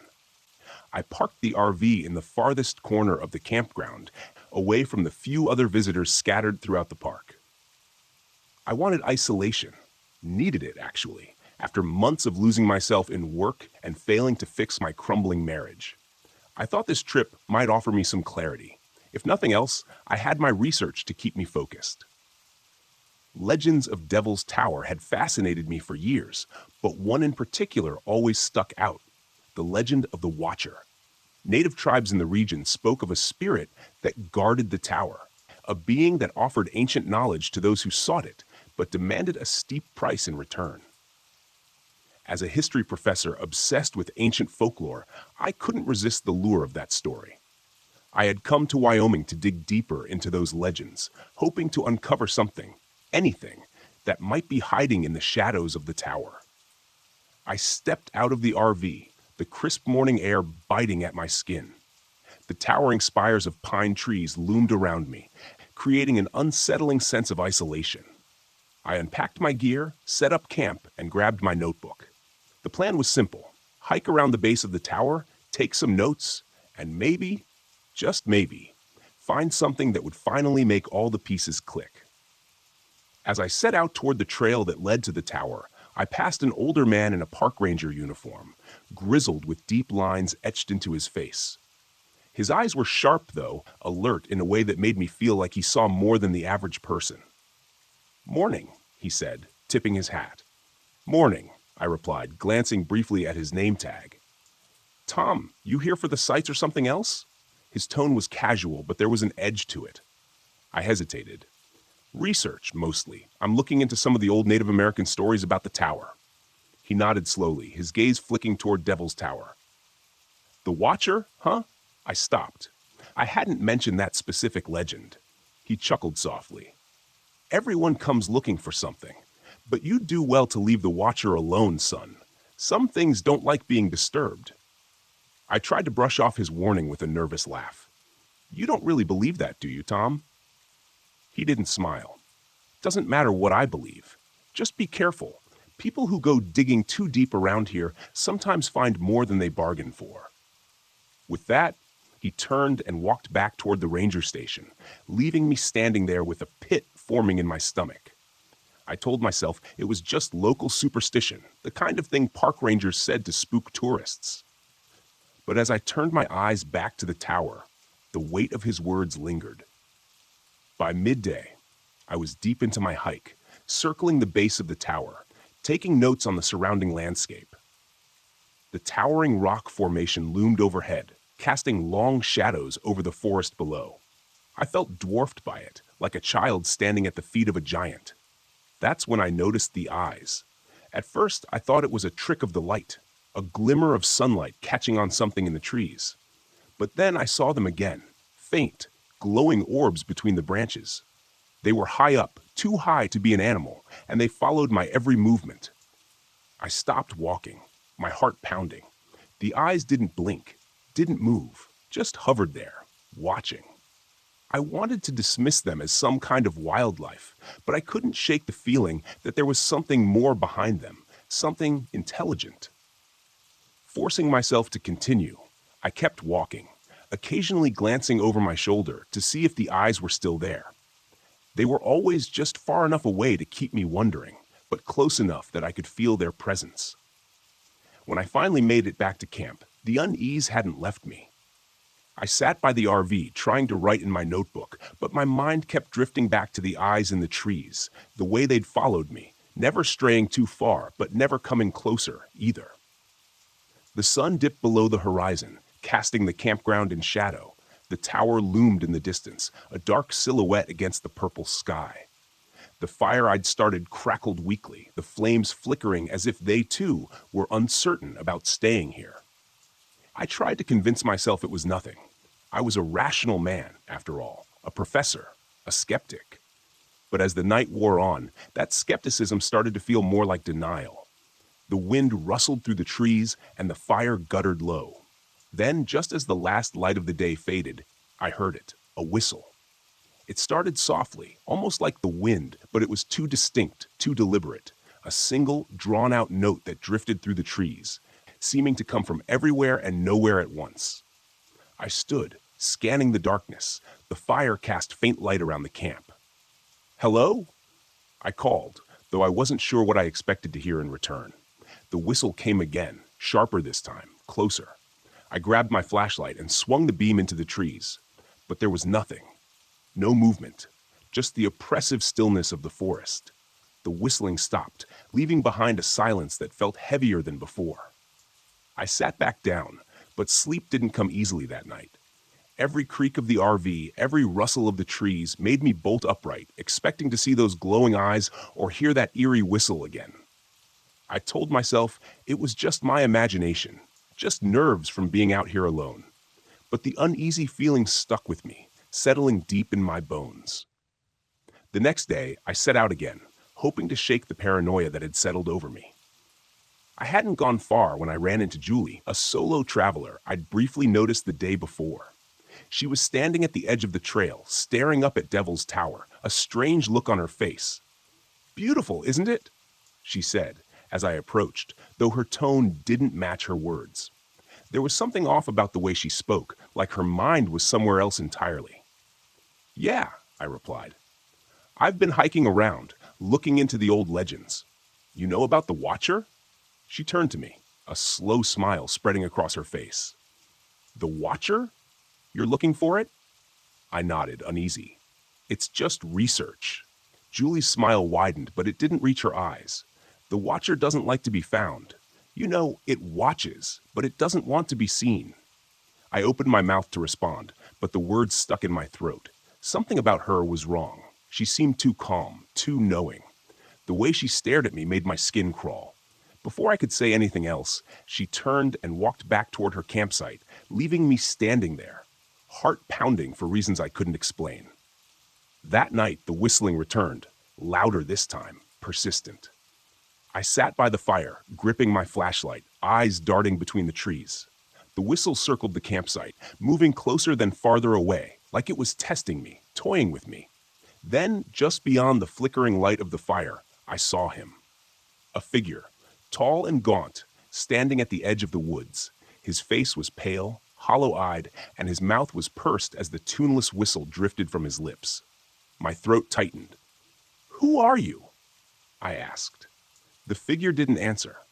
He just stood there, whistling that same eerie note. My chest tightened with a sudden surge of panic. I stumbled back toward the RV, tripping over a rock and falling to the ground. When I looked up, he was gone. I scrambled inside, locking the door behind me. The sound of my breath was too loud in the confined space. The next morning, I found footprints around the campsite. Small indentations in the dirt, leading in circles around the fire. They hadn't been there before. On the final night, I couldn't take it anymore. The dreams of Devil's Tower had become unbearable, nightmares of the stone pulsing, breathing like a living thing. I dreamt of eyes, hundreds of them, watching me from the shadows, always watching. I had to go to the tower. I had to see it up close. I grabbed my gear and set out under the cover of darkness, the whistle guiding me, pulling me toward the monolith. The trees seemed to close in around me as I walked, their branches reaching out like skeletal fingers. The stars above twisted and shifted, unfamiliar constellations blinking in and out of existence. As I neared the base of the tower, I saw her again. Julie, standing at the foot of the rock, her face pale and her smile too wide. "The Watcher is waiting," she whispered. "It's always been waiting." The whistle grew louder, piercing through my thoughts, driving me forward. I reached the tower, my hands trembling as I touched the cold stone. And then, out of the shadows, the Watcher appeared. It was a massive shadowy figure, its body indistinguishable from the darkness, but its eyes, glowing, burning orbs that stared into me, through me. It didn't speak with words, but its presence filled my mind, offering me ancient knowledge, secrets of the tower, of the universe, of myself. But the price. I could feel it gnawing at the edges of my sanity. The more I listened, the more I realized that accepting its offer would mean losing everything. My mind, my soul, everything that made me, me. I stumbled back, tearing myself away from the Watcher's gaze. The whistle reached a fever pitch, and I ran. The ground beneath me shifted and warped as the world collapsed around me. I barely made it back to the RV. When I crossed the threshold, the whistling stopped. The forest fell silent. I drove away as the first light of dawn touched the sky. The image of the Watcher's eyes burned into my mind. I knew I would never be the same.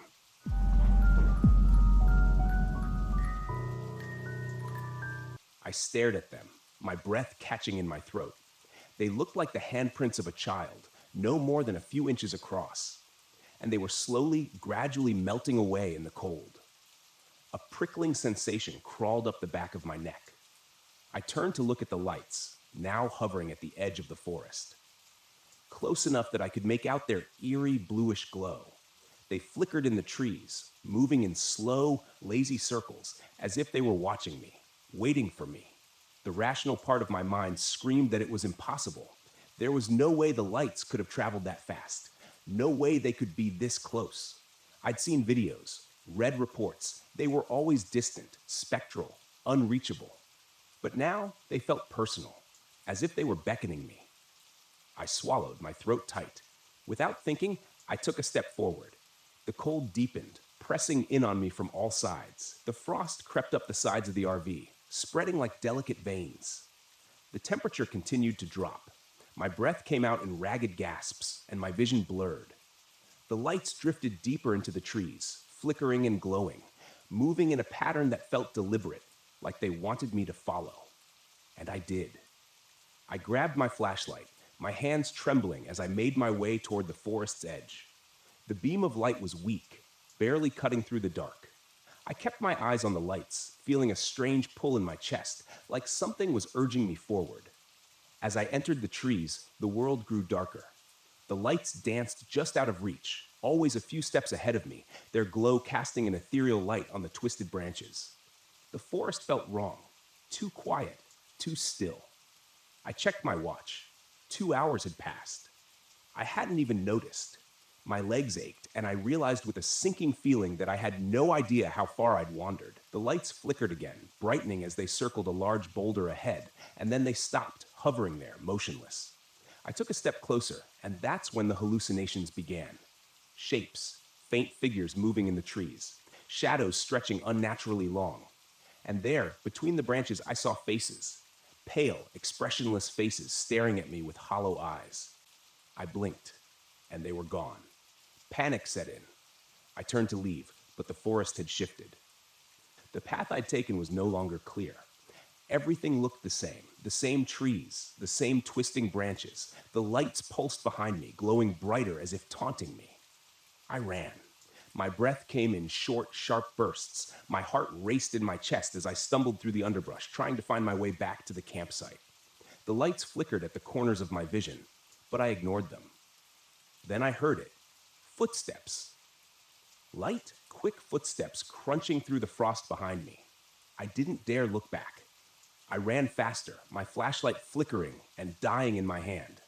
I broke through the tree line, gasping for air, and saw the RV ahead, a welcome sight. But the air around it was colder than ever. The frost was so thick on the windows that it looked like snow. And there, pressed against the glass, were more handprints, dozens of them. I scrambled inside, locking the door behind me, and collapsed on the floor, panting. My entire body trembled with cold and fear. The lights were still out there. I could see them through the frosted windows, flickering in the trees, growing fainter as the night wore on. I didn't sleep. I couldn't. By dawn, they were gone. The temperature returned to normal and the frost melted away, but I didn't feel safe. Not anymore. I packed up the RV and drove out of Pisgah National Forest, my hands still shaking on the steering wheel. I'd come here to find an explanation, to debunk the Brown Mountain lights.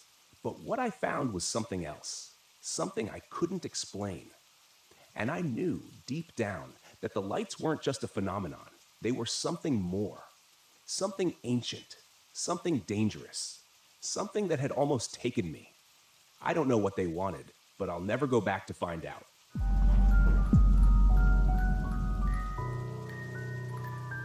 It had been 4 months since the divorce was finalized, and I was still trying to wrap my head around it.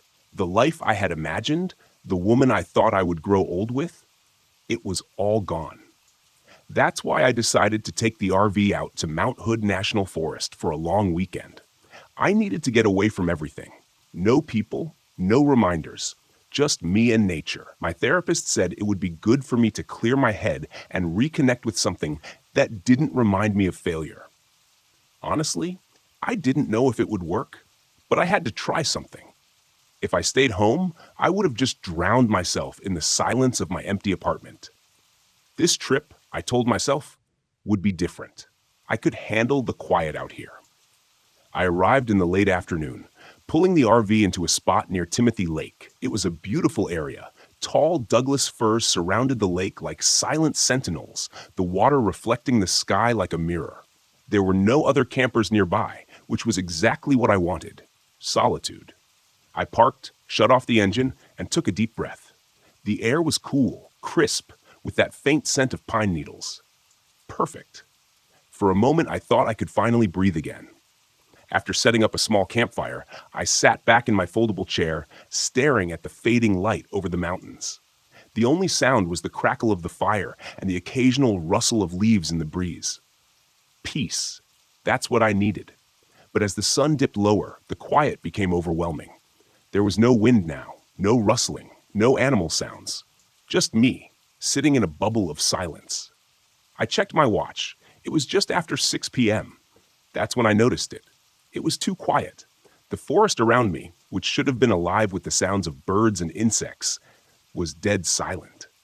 At first, I figured it was just a lull, but as the minutes dragged on, the silence pressed down on me like a weight. I could hear the blood pumping in my ears, the soft crunch of every movement I made in my chair. It was like the whole forest was holding its breath. I shrugged it off. Maybe this was what true isolation felt like. No noise, no distractions, just me and my thoughts. But then, out of the corner of my eye, I saw movement between the trees. It was subtle, a shadow slipping between the trunks, just far enough away that I couldn't get a good look. I froze, squinting into the woods. The firelight flickered, casting long shadows that played tricks on my mind. I scanned the tree line, waiting for the shadow to return, but saw nothing. The trees stood still, their branches unmoving in the dead air. Must be a deer, I muttered, forcing myself to relax. The wind picked up briefly, rustling the leaves. I sighed, relieved to hear some kind of noise again. I grabbed a few more logs and threw them onto the fire. The crackling wood was comforting, a reminder that I wasn't completely alone. I told myself I was just on edge from being out here, alone, with too much time to think. After eating a quick meal, I decided to call it an early night. The silence was getting under my skin, so I climbed into the RV, locked the door behind me, and settled into the small bed in the back. My phone had no signal, of course, but I wasn't planning on talking to anyone anyway. I lay there, staring at the ceiling, trying to let my mind go blank, but the silence didn't let me rest. The RV was soundproofed, but even then I felt like something was missing. No crickets, no owls, nothing, just the absence of sound. I felt trapped inside my own head. Every little shift of the mattress or rustle of my blanket amplified in the quiet. Eventually, I drifted off. Sometime in the middle of the night, I woke up with a start. I wasn't sure why at first. There hadn't been any loud noises or nightmares, just silence. But something was wrong. My skin prickled with unease. I sat up, rubbing my eyes, and glanced around the RV. The windows were fogged up, and the air felt heavier, somehow oppressive. I heard something outside. No, that wasn't right. I heard nothing outside.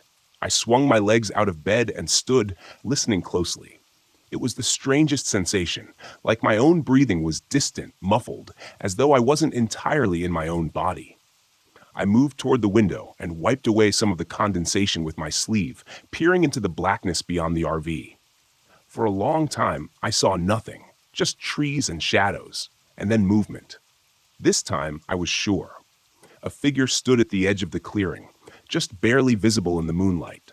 Tall, unnaturally still, like it was waiting for something. My heart leapt into my throat as I strained to see more clearly. It didn't move, just stood there watching. "Hello?" I called, my voice shaky. The figure didn't respond. I backed away from the window, heart pounding, my mind racing. Was it another camper? Some kind of ranger? No, there was no way anyone would be out here this late without a sound. I checked the door. It was still locked. Good. But I felt exposed, vulnerable, knowing that whatever was out there was watching me. I grabbed the flashlight and shined it out the window, sweeping the beam across the clearing. The figure was gone. Just like that. Vanished. As if it had never been there. The next morning, the forest was still eerily quiet. No birds, no animals, just the constant oppressive silence. I tried to shake off the unease from the night before, but it clung to me like a wet blanket. I told myself I was just paranoid, that the solitude was messing with my head, but something about the way the air felt today. Something was off. I decided to take a short hike to clear my mind, hoping that getting out of the RV would make me feel better. But as I ventured down the trail, that feeling of being watched grew stronger. Every few minutes, I'd glance over my shoulder, expecting to see someone or something behind me, but the trail was empty. That's when I saw it again, a figure, this time in the distance, standing between the trees just off the trail. It was the same one from last night, tall, gaunt, and still. My heart hammered in my chest as I squinted, trying to make out more details. But before I could move, it slipped behind the trees and disappeared. I ran toward the spot where I'd seen it, my boots pounding against the damp earth. When I reached the trees, there was nothing. No footprints, no broken branches, nothing to show that anyone had been there at all. I stood there, catching my breath, feeling the silence pressing down on me like a vice. That's when I noticed something strange. The forest around me was completely still. Even my footsteps had stopped making noise. I stopped my boot on the ground, but I heard nothing, not even the crunch of leaves beneath my feet. Panic surged through me. I clapped my hands together. Nothing. No sound. My breathing was shallow, frantic, but it was like I was listening to it from far away. The world had gone completely, impossibly silent. And then I saw them. Not just one figure, but several, moving between the trees. Their bodies blended with the shadows. They were everywhere, circling me in complete silence.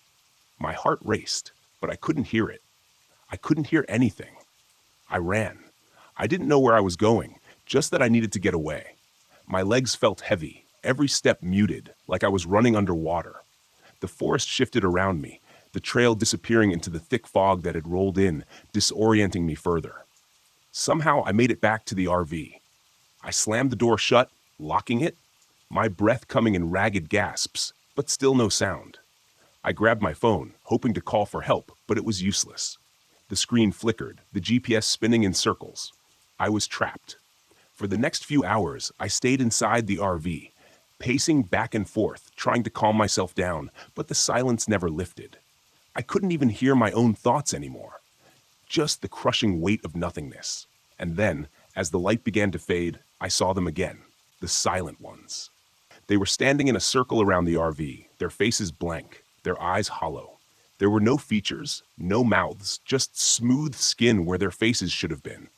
They stood perfectly still, watching me through the windows, their bodies unnervingly thin and elongated.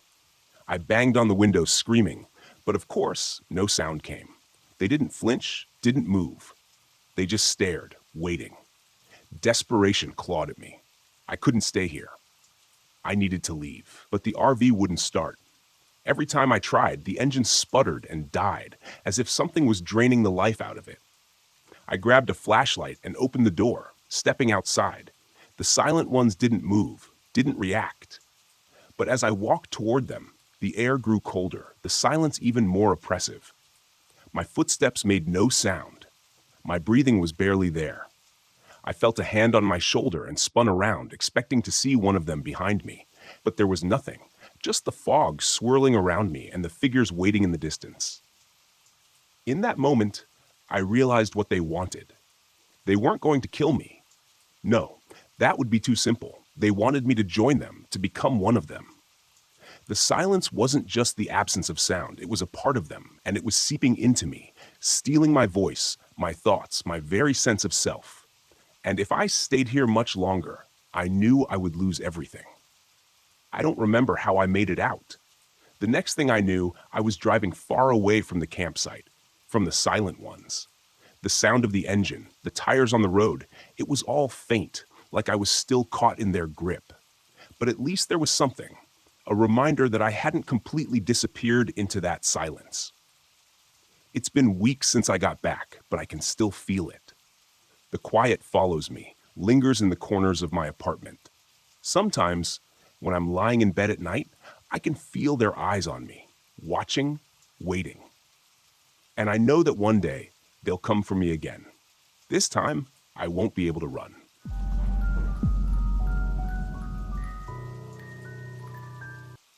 My name is Jacob Johnson, and this happened back in 1996 out near the ragged coastline of Maine. I had this idea of finding some peace, so I borrowed my uncle's RV for the summer, thinking I'd get some fresh air, recharge from life. I figured I'd get in some solo time, a few fishing trips, some quiet nights. That's how I ended up at a park near Black Harbor, a little nowhere town that didn't even get cell reception back then. This wasn't a famous national park or even one of those scenic overlooks that people make pilgrimages to. It was just woods, rough and thick, fading into a rocky coastline that nobody seemed to care about. I was a few days into my quiet escape, living off canned beans on a half-empty propane stove that hissed with a little too much attitude for my taste. The most exciting part of my day was waiting for the rain to pass so I could take out my fishing rod. I didn't expect much more than sea salt air and seagulls. It was halfway through my fourth day, sometime in the late afternoon, that I heard what I figured must be kids from the local town messing around. The voices were faint, echoing through the woods in some distant way that made it hard to place them. I thought about walking down to see what was going on, maybe throwing a rock or two to scare them off if they got too close, but I didn't think much of it. By evening, though, something had shifted. I heard footsteps, not the quick, careless crunch of sneakers, but deliberate, slow steps. I was in the RV, scratching down a grocery list of things I'd need on my next trip back to town when I caught the sound. It was steady, creeping up around the corner of the RV. It hit me that I hadn't seen another soul out here since I'd arrived, and that didn't sit right. I mean, who comes out to this kind of place aside from someone with a taste for quiet or trouble?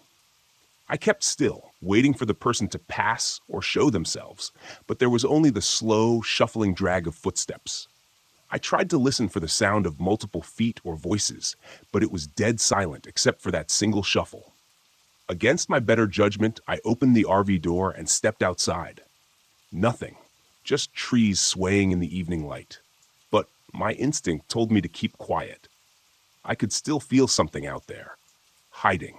The kind of presence that prickles the hair on your neck and makes you regret stepping out of safety. I stayed there, scanning the tree line, listening. I almost thought I'd imagined it until I spotted something strange, half hidden between the trees, a figure, still as stone, facing away from me. The guy looked like he was part of the forest itself, cloaked in grime, with torn, mud-stained clothes hanging off him like a loose second skin. He didn't move. He didn't breathe. Just stood there, as if rooted to the ground. Now, I don't scare easy, but something about this man felt like a bad omen. I cleared my throat, thinking maybe he was some lost hiker or drifter, but he didn't flinch, didn't even look at me. Finally, I called out something casual, like asking if he needed directions. Still nothing. After a long moment, he turned, slow, like he was trying to remember how to move.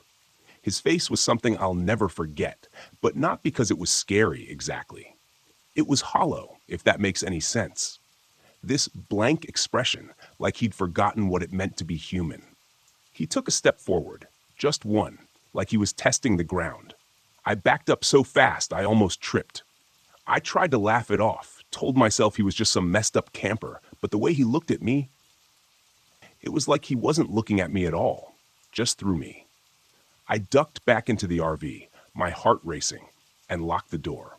It felt stupid, locking up, but something about him felt off, like he wasn't just some regular guy lost in the woods.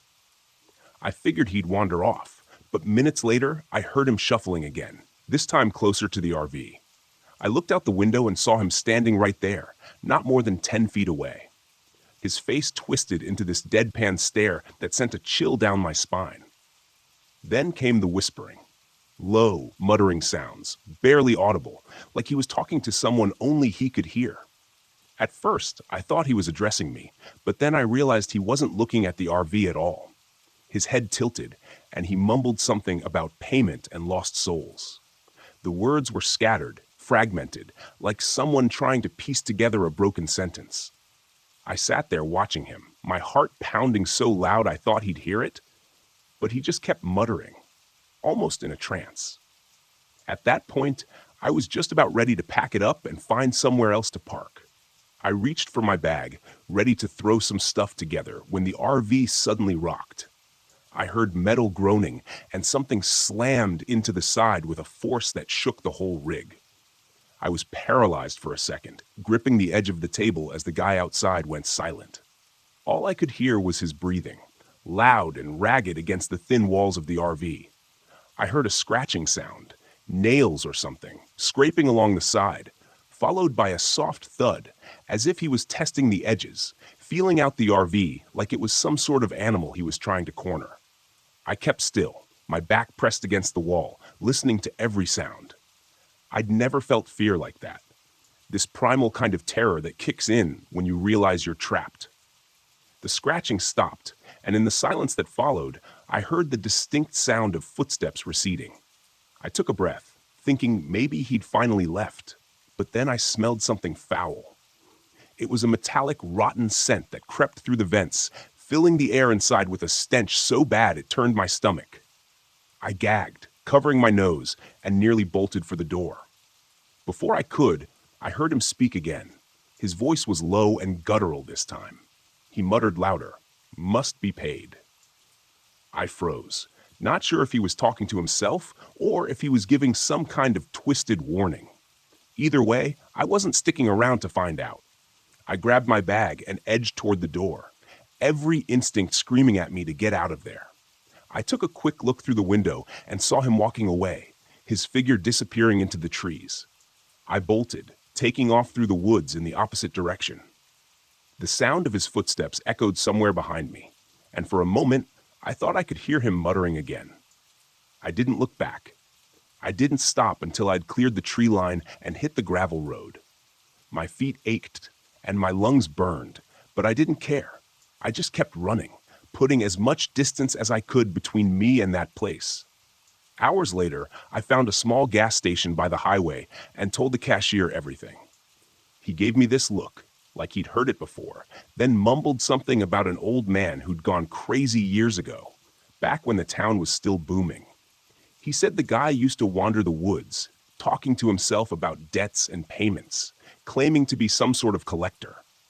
Local legend had it that he went mad after his family drowned in a storm. The story was that he'd gone feral, taking to the woods, driven by some twisted sense of revenge or justice. I don't know if I believe in all that. All I know is that I saw him, heard him, and every time I think of that muttering, "Debt must be paid," I feel a chill that doesn't fade. I don't know who he thought I was or what debt he imagined I owed, but I'll tell you one thing. I'm never setting foot near Black Harbor again. Some debts you just don't pay.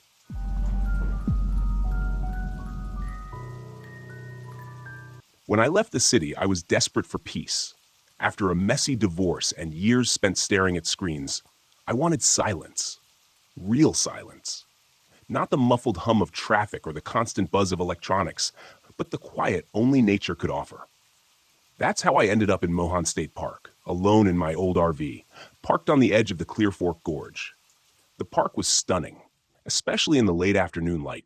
Trees stretched endlessly in every direction, their leaves a tapestry of green and gold. The air smelled clean, untouched by asphalt or fumes. It was perfect, at least at first. The first day was uneventful.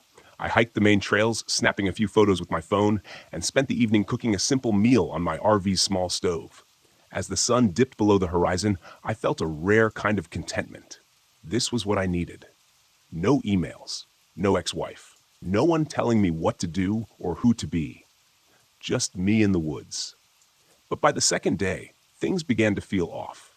It started when I noticed the trail. I had been walking back to my RV after a long hike when I spotted it. A faint path branching off the main one, almost hidden by overgrown bushes. It was narrow, barely more than a line of packed dirt, and it twisted sharply into the woods. Something about it tugged at me. Maybe it was curiosity, or maybe I was just tired of the predictability of the main trails. Whatever it was, I stepped off the beaten path and onto the faint trail. The air felt different as I walked, heavier, quieter. The usual sounds of the forest, birds chirping, leaves rustling, seemed muted, as if the trees themselves were holding their breath. After a few minutes, I found the ruins. At first, I thought it was just a pile of rocks, but as I got closer, I saw the remains of a chimney and the rotting beams of what must have been a small cabin. A rusted metal lantern sat in the dirt, its handle broken. The ground was littered with shards of pottery and what looked like animal bones. A shiver crawled up my spine. Someone lived out here, I muttered to myself. The idea seemed impossible. This part of the park was miles from any road, and the trail was nearly invisible. Why would anyone build a cabin here? I snapped a photo and turned back toward the RV, eager to put the strange scene behind me. That night, the noises started. I had just crawled into bed when I heard it, a faint snapping sound, like someone stepping on a twig. I froze, my heart pounding. Raccoons, I told myself. Or maybe deer. I wasn't exactly deep in the wilderness, so wildlife was normal. Then came the footsteps, slow, deliberate, and far too heavy to belong to an animal. They circled the RV, crunching the dry leaves and stopping occasionally, as if whoever or whatever was out there was listening. I grabbed my flashlight and swung open the door, shining the beam into the trees. "Hello?" I called, trying to sound more confident than I felt. "Is someone out there?" The forest stared back at me, silent and empty. After a few minutes, I retreated inside, locking the door and double-checking the windows. Eventually, the footsteps faded, and I convinced myself it was just a hiker passing through. Nothing to worry about. The next morning, I stopped by the visitor center to report the strange noises. Leah, the park guide on duty, greeted me with a friendly smile, but it faltered when I described what I'd heard. "You were near the old trapper's cabin, weren't you?" she asked, her voice low.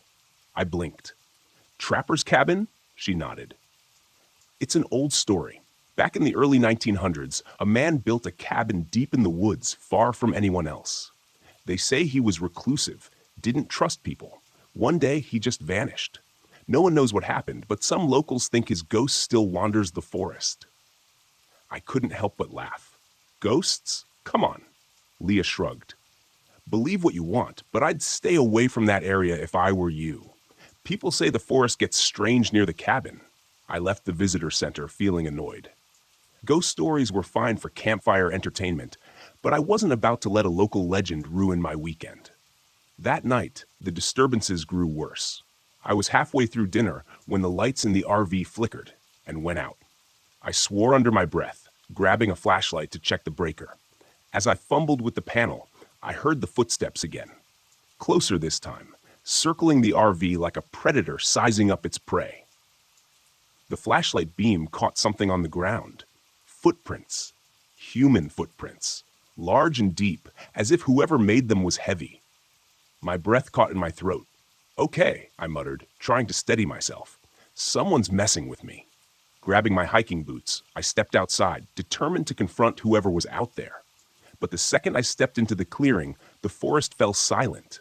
No footsteps, no rustling leaves, just an oppressive stillness that pressed against my ears. That's when I saw the first figure. It was pale and thin, barely more than a shadow against the trees. It stood perfectly still, its face obscured by darkness. Then it moved, not toward me, but away, disappearing into the woods without a sound. I didn't follow. Instead, I locked myself in the RV, sat by the window gripping a kitchen knife, and watched the forest until dawn. By the time the sun rose, I'd made up my mind. I had to go back to the cabin. I needed answers. The trail felt even more oppressive in the daylight. The air was thick, and the silence was absolute. When I reached the clearing, I saw something I hadn't noticed before. A small, rusted knife lying in the dirt. Next to it was a notebook, its cover warped with age. I picked it up carefully, flipping through the yellowed pages. Most of the writing was illegible, but a few sentences stood out, scrawled in jagged letters. "It watches from the trees. Don't disturb the woods. The forest is alive." A chill ran down my spine. As I turned to leave, the ground beneath me seemed to shift, the dirt rippling like water. The trees creaked, their branches twisting unnaturally. And then I felt it. A presence. Something unseen, massive, and ancient. Watching me from every direction. I ran. The RV was my only sanctuary, but even there I wasn't safe. The lights flickered. The floor trembled. The air grew thick with the stench of damp earth. Through the window, I saw the pale figure again, joined by others, shadows slipping between the trees, their eyes glowing faintly in the dim light. The ground beneath the RV began to groan, roots writhing like snakes. I turned the key in the ignition, praying the engine would start. It roared to life. I slammed my foot on the gas. As the RV lurched forward, the figures began to move, their blank faces turning toward me. The roots clawed at the tires, but the momentum was enough to break free. I didn't stop until I was miles away, the forest shrinking in my rearview mirror. I never went back to Mohan State Park. Whatever was in those woods, it didn't want me there. And I was more than happy to stay away. But sometimes, late at night, I dream of the forest. I hear footsteps outside my window, and I swear I can feel its eyes on me. The forest doesn't forget, and neither do I.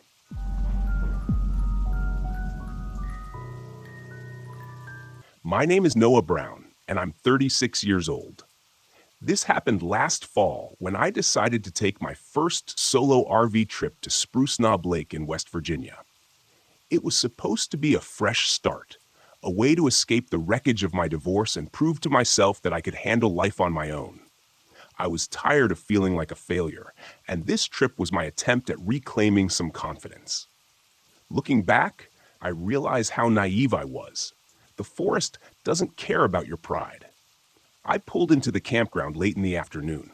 The drive had been longer than expected, thanks to winding mountain roads and a temperamental GPS that insisted I make turns onto non-existent paths. Spruce Knob Lake lay in a valley, surrounded by dense forest, the kind of place that felt untouched by time. Before heading to the lake, I stopped at a small gas station on the edge of town to fill up and grab a few snacks. The attendant was an old woman with gray hair pinned in a tight bun. Her eyes had the kind of intensity that made you feel exposed. "Heading to Spruce Knob, huh?" she asked, her voice raspy. "Yeah," I said, forcing a smile. "A couple of days by the lake should be peaceful." Her expression darkened. "Don't go wandering the woods after dark, and if you see a lantern, you turn the other way." "A lantern?" I chuckled nervously, hoping to break the tension. "I'll keep that in mind." But as I drove away, her words lingered in my mind. By the time I reached the campground, the sun was dipping below the tree line. I parked the RV near the edge of the lake and set up a basic campsite.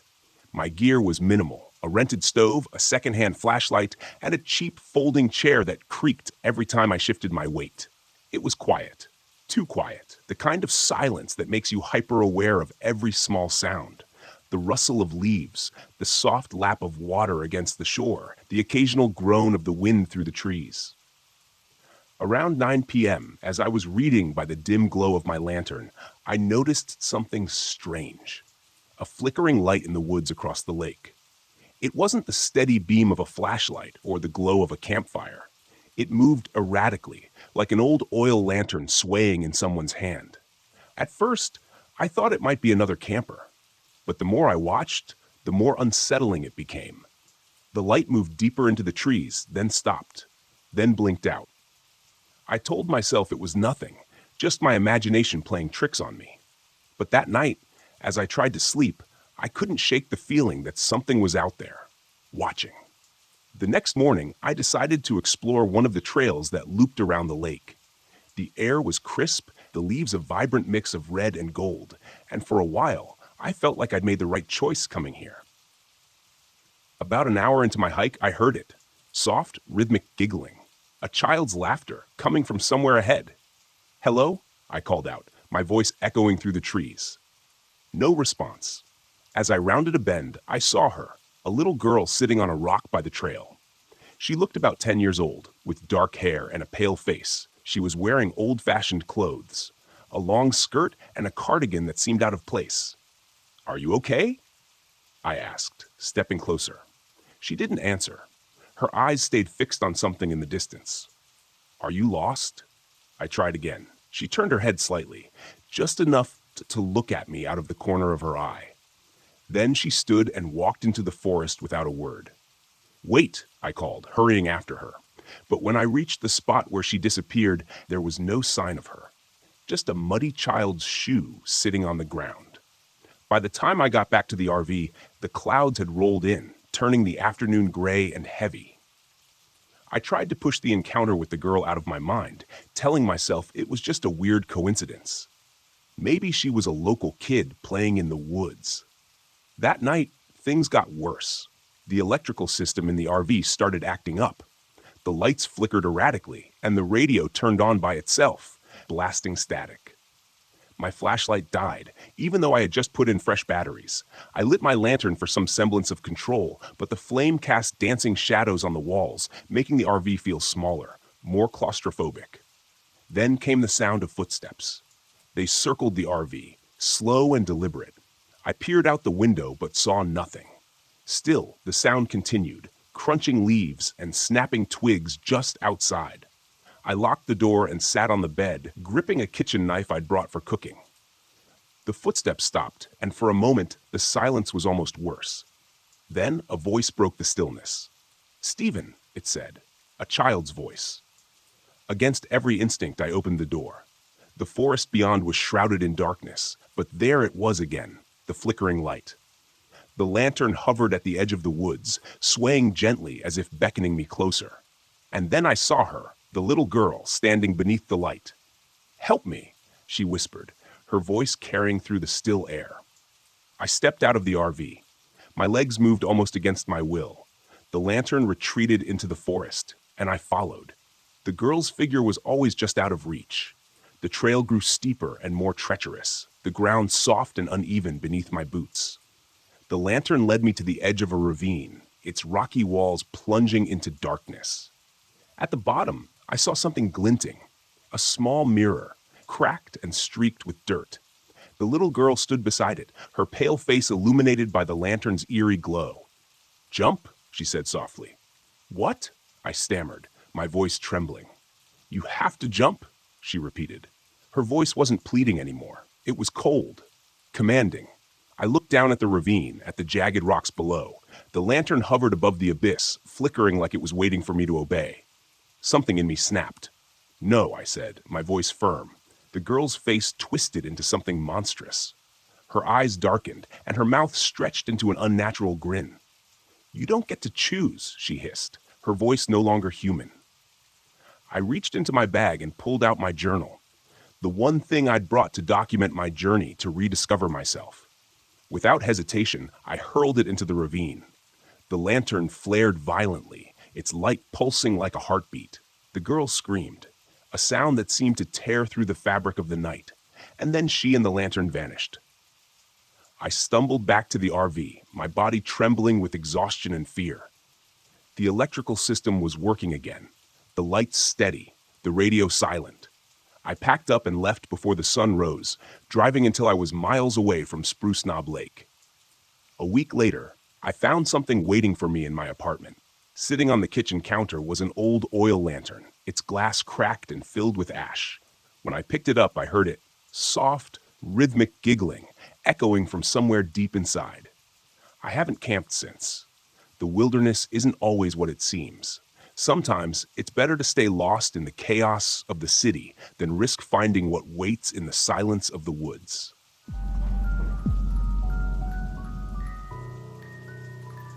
My name is James Stevens, and this happened to me back in 2002 while camping in Mount Rainier National Park. I'd borrowed my cousin's RV for the first time. He said I was due for some real scenery therapy, as he called it, away from the stress and noise of the city. I had just wrapped up a divorce, and my mind was cluttered. Nature felt like a good reset button. I set up at Cougar Rock Campground, a secluded part of the park with tall pines and a stream that burbled quietly just out of sight. Peaceful, until the silence starts creeping up on you. The kind of silence that makes every sound, like a twig snapping or water trickling, seem 10 times louder. I parked the RV near the forest's edge, half a mile from the nearest camper, figuring the solitude would be good for me. Less human interaction, more time staring at clouds and mountains. Around mid-afternoon, I met another camper.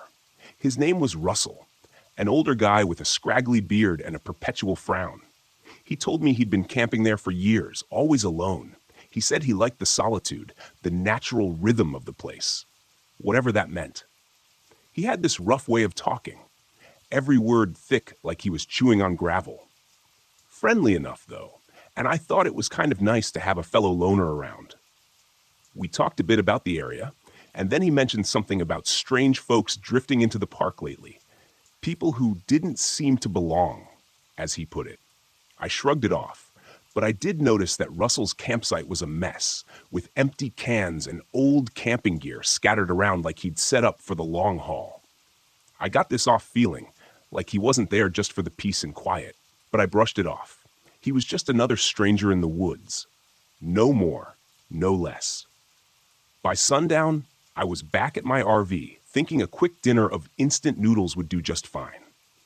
I cranked up the little camping stove, ate in silence, then decided to go for a short walk by the water, flashlight in hand. The stream was a faint line of silver under the moonlight, but everything else had fallen into darkness. I'd taken just a few steps when I saw someone else on the trail. Not Russell. This guy was tall, with wild hair, clothes that were patched and frayed, and a scar that ran from his left cheek down to his neck.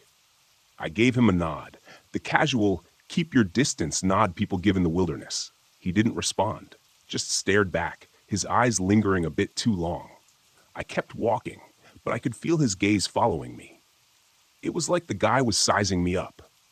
Back at my RV, I locked the door and made sure the windows were secure.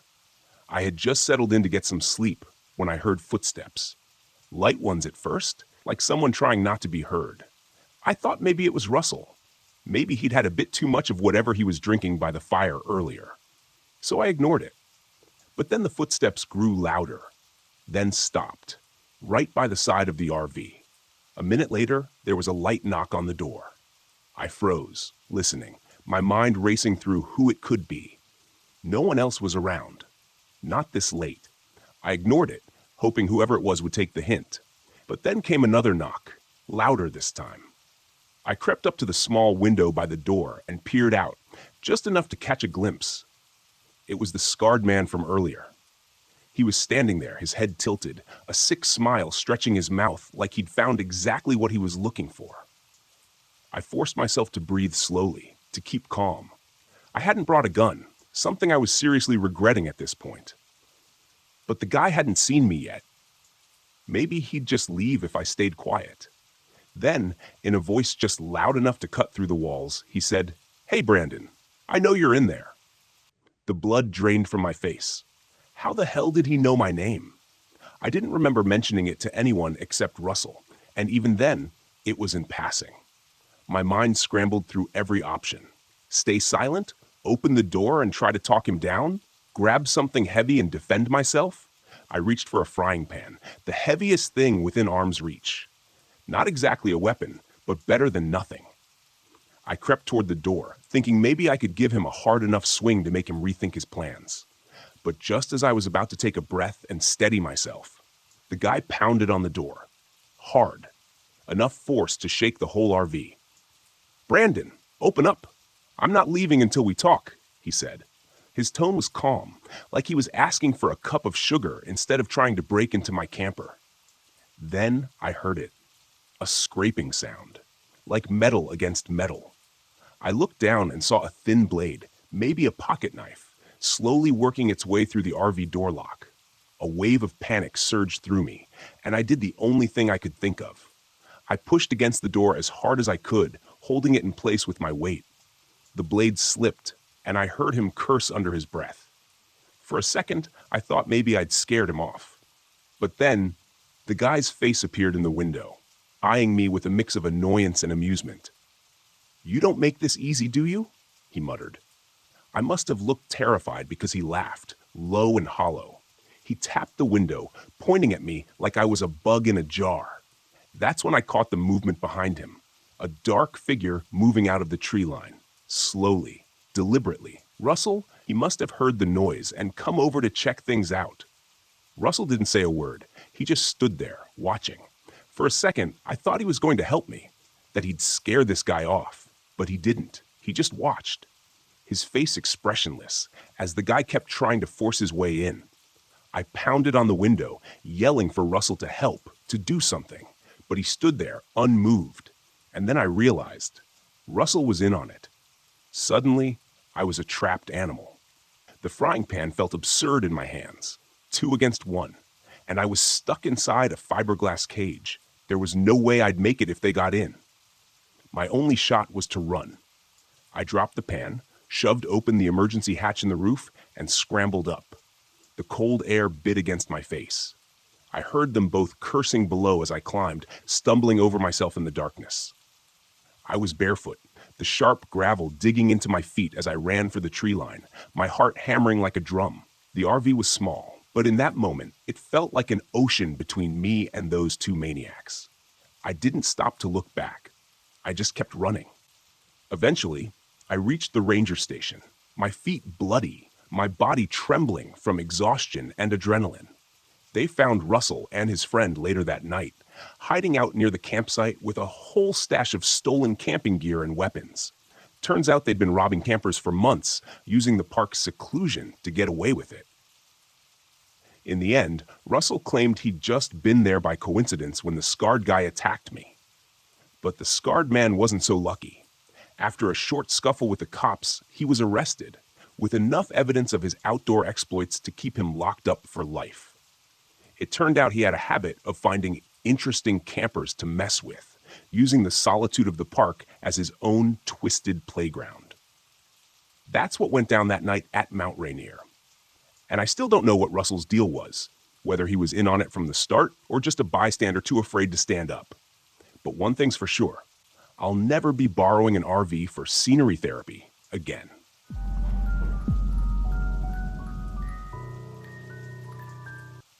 The fog was thicker than I'd expected. I pulled my RV into a secluded clearing in Pisgah National Forest and stepped out into the damp air, the smell of wet earth heavy in my nose. Everything was muffled, as if the forest were holding its breath. The trees were shrouded in mist, their trunks fading into the gloom, and the trail I'd heard so much about was hidden somewhere out there, waiting for me. I'd come here to find something unique. My vlog had been stagnating, and I needed a fresh angle. A fellow hiker had mentioned an unmarked trail, a path that didn't appear on any maps. One locals swore disappeared and reappeared as if it had a life of its own. Perfect. If I could document it, film the mystery, my audience would eat it up. I grabbed my camera, set it up, and filmed a quick introduction. Hey everyone, it's Nate here, and I'm in the middle of the misty Pisgah National Forest, about to track down the infamous Vanishing Trail. Legend says this path comes and goes, and people who wander too far down it don't come back. Let's see if that's true. I packed up my gear and set off into the fog. The forest was silent, the only sound my boots crunching on damp leaves. I had a GPS in my pocket just in case, but I didn't plan to use it unless things got really bad. I wanted to go off the grid, find this mysterious trail, and see if there was anything to the rumors. I'd always been a skeptic. Ghost stories and folklore are fun to tell around a campfire, but not much else. As I walked, the fog thickened, swallowing the trees. It clung to my skin, cold and heavy. It wasn't long before I found the first strange marker, a stone slab jutting from the ground, its surface covered in spiraling symbols that didn't look like any language I knew. I filmed it, talking into the camera as I described the find. This looks like something from an old burial ground, but there's no mention of this on any maps. Really makes you wonder what else is out here, hidden beneath the fog.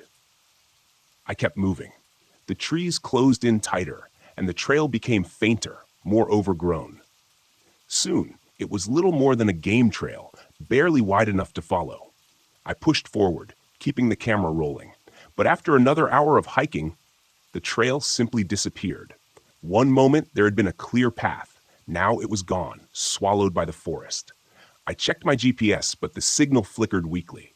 The screen showed I was in the middle of nowhere. No path, no landmarks, just a blank screen with a blinking dot. Me. Alone. In the fog. Okay, I muttered. You've dealt with worse. I turned back the way I'd come, but the forest looked different now. The trees seemed closer together, the undergrowth denser. The fog was disorienting, and I had to rely on instinct to retrace my steps. The GPS was useless. I kept walking, scanning the ground for signs of the trail, but there was nothing. I was starting to feel uneasy. That's when I heard it. Footsteps. Not mine. I froze. The sound came from deeper in the forest. Slow, deliberate footsteps crunching on the leaves. I turned, scanning the fog, but there was nothing, just the swirling mist. Then, out of the gloom, a figure emerged. An older man, his clothes tattered and damp, his eyes wide and vacant. "Hey," I called, my voice echoing through the stillness. "You lost too?" The man looked at me for a moment, then shuffled forward. He seemed off. His clothes were torn, his face pale, and there was a distant look in his eyes, like he wasn't entirely there. "I've been walking for days," he said, his voice hoarse. "The trail, it keeps changing." "Are you okay?" I asked, stepping toward him. He shook his head. "No one's okay out here." I frowned, feeling a cold knot of fear tighten in my stomach. "What do you mean?" "The trail, it moves. I've seen it, watched it disappear and reappear. It's not just a path, it's the forest. It doesn't want us to leave. I stared at him, my mind racing. This guy was either delirious or onto something. Either way, I didn't like the way he was talking. Look, I have a GPS, I said, pulling it out. We can find our way back. The man glanced at the GPS, then back at me. It won't help. The forest is messing with it. I didn't believe him. I couldn't. I was a rational guy, and this was just a forest. I'd get us back to my RV, get this guy some help, and be done with it. But as we walked, things got stranger. The mist thickened, wrapping around the trees like a living thing. The forest seemed to shift with every step. What had been an open path a moment ago would be choked with brambles. When I looked back, trees seemed to loom closer, twisting into unfamiliar shapes. The man, whose name I learned was Eli, grew more agitated with every passing minute. "It's watching us," he muttered. "It knows we're here." "Who's watching?" I asked, growing impatient. "The forest," he said, his voice barely a whisper. "It's alive, and it's been here long before we were." I ignored him, focusing on the GPS, but even that was failing me. The screen flickered, the signal cutting in and out. At one point, it showed me standing on a clear path, but when I looked up, there was nothing but trees, thick, twisted trees that looked like they had grown there for centuries. We kept walking, the fog growing thicker, pressing in on us. The air felt heavy, almost suffocating, and the whispers started. Faint at first, like the wind through the leaves, but then more distinct voices calling out from the mist. "Nate," I froze, my heart hammering in my chest. "Did you hear that?" I asked Eli. He nodded, his eyes wide. "It's calling us." "The forest." I tried to shake it off, tell myself it was just the wind, but deep down, I knew that wasn't true. The voice had spoken my name. We came across a backpack tangled in the branches of a tree, high above our heads. It was old, covered in dirt and torn, but when I climbed up to retrieve it, I found fresh supplies inside, water, food, like someone had packed it yesterday. I felt a chill run down my spine. How had it gotten there? Eli was growing more paranoid, his eyes darting around like he expected the trees to come alive at any moment. "We need to leave," he kept saying, "before it's too late." We pushed forward, but no matter which direction we went, we ended up back where we started. The fog seemed to pulse with an unnatural energy. The whispers grew louder. Then, without warning, Eli was gone. I turned around and he was just gone. The forest had swallowed him whole without a sound. I called out his name, but there was no response, only the dense mist pressing in on me. Panic set in. I was alone, lost in a forest that didn't want me to leave. The GPS was useless, and my camera was flickering, showing distorted footage of things I hadn't seen. Shadows moving in the trees, figures lurking just out of sight. I started running, my breath coming in sharp gasps. The trees twisted and shifted around me. The fog was so thick I couldn't see more than a few feet ahead. Every time I thought I'd found a way out, the forest closed in, trapping me in a maze of branches and brambles. The whispers were louder now, calling my name over and over. My camera caught glimpses of movement, dark figures moving through the mist, vanishing before I could focus on them. I didn't know what was real anymore. The forest seemed to warp around me, bending reality to its will. Then, just as suddenly as it had begun, the fog broke. I stumbled out of the trees and found myself back at my RV. The mist lingered at the edge of the forest, but it didn't follow. I didn't wait. I grabbed my keys, threw my gear into the RV, and drove, my hands shaking on the wheel.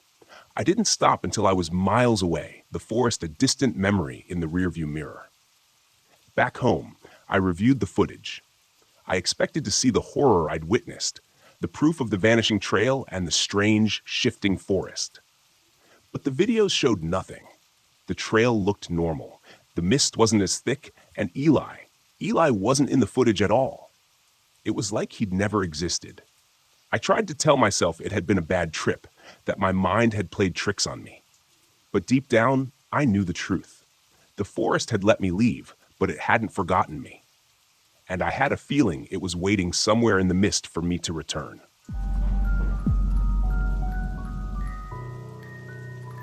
The forest around me was too quiet. I'd been sitting by the campfire outside my RV, immersed in the silence for hours, but now something felt off. The kind of off you feel in your gut before your brain catches up to what's happening. No wind, no rustling in the leaves, just dead stillness. That was the first thing I noticed when I pulled up to this remote campsite deep in Mount Hood National Forest. A place like this should have been full of life. Birds, insects, something. But the only sound was the crackle of the fire and the distant hum of the radio I'd brought along. I needed quiet after everything that had happened over the past year. I wasn't looking for distractions, just isolation. After my wife's death, nothing made sense anymore. People kept telling me I needed to move on, but the noise of life, the sympathy, the well-meaning advice, the friends who didn't know what to say, became unbearable. So I packed up and hit the road, hoping the wilderness would give me space to think, or maybe stop thinking altogether. I thought the forest would help. It had, until now. The radio's static broke the silence, a sudden burst of garbled noise that made me jump. I turned my head toward the RV, where the old ham radio sat inside. I hadn't even touched the thing in hours. It was an antique I'd brought along to mess around with in my downtime, but the signal had been dead all day. No stations, no chatter, nothing. Until now. I stood up from the fire, walked over to the RV, and ducked inside to check the radio. The static was louder, more insistent, like it was trying to form words but couldn't quite get there. I twisted the dials, searching for a clearer signal, but all I got was more white noise. Then, through the crackling, I heard it.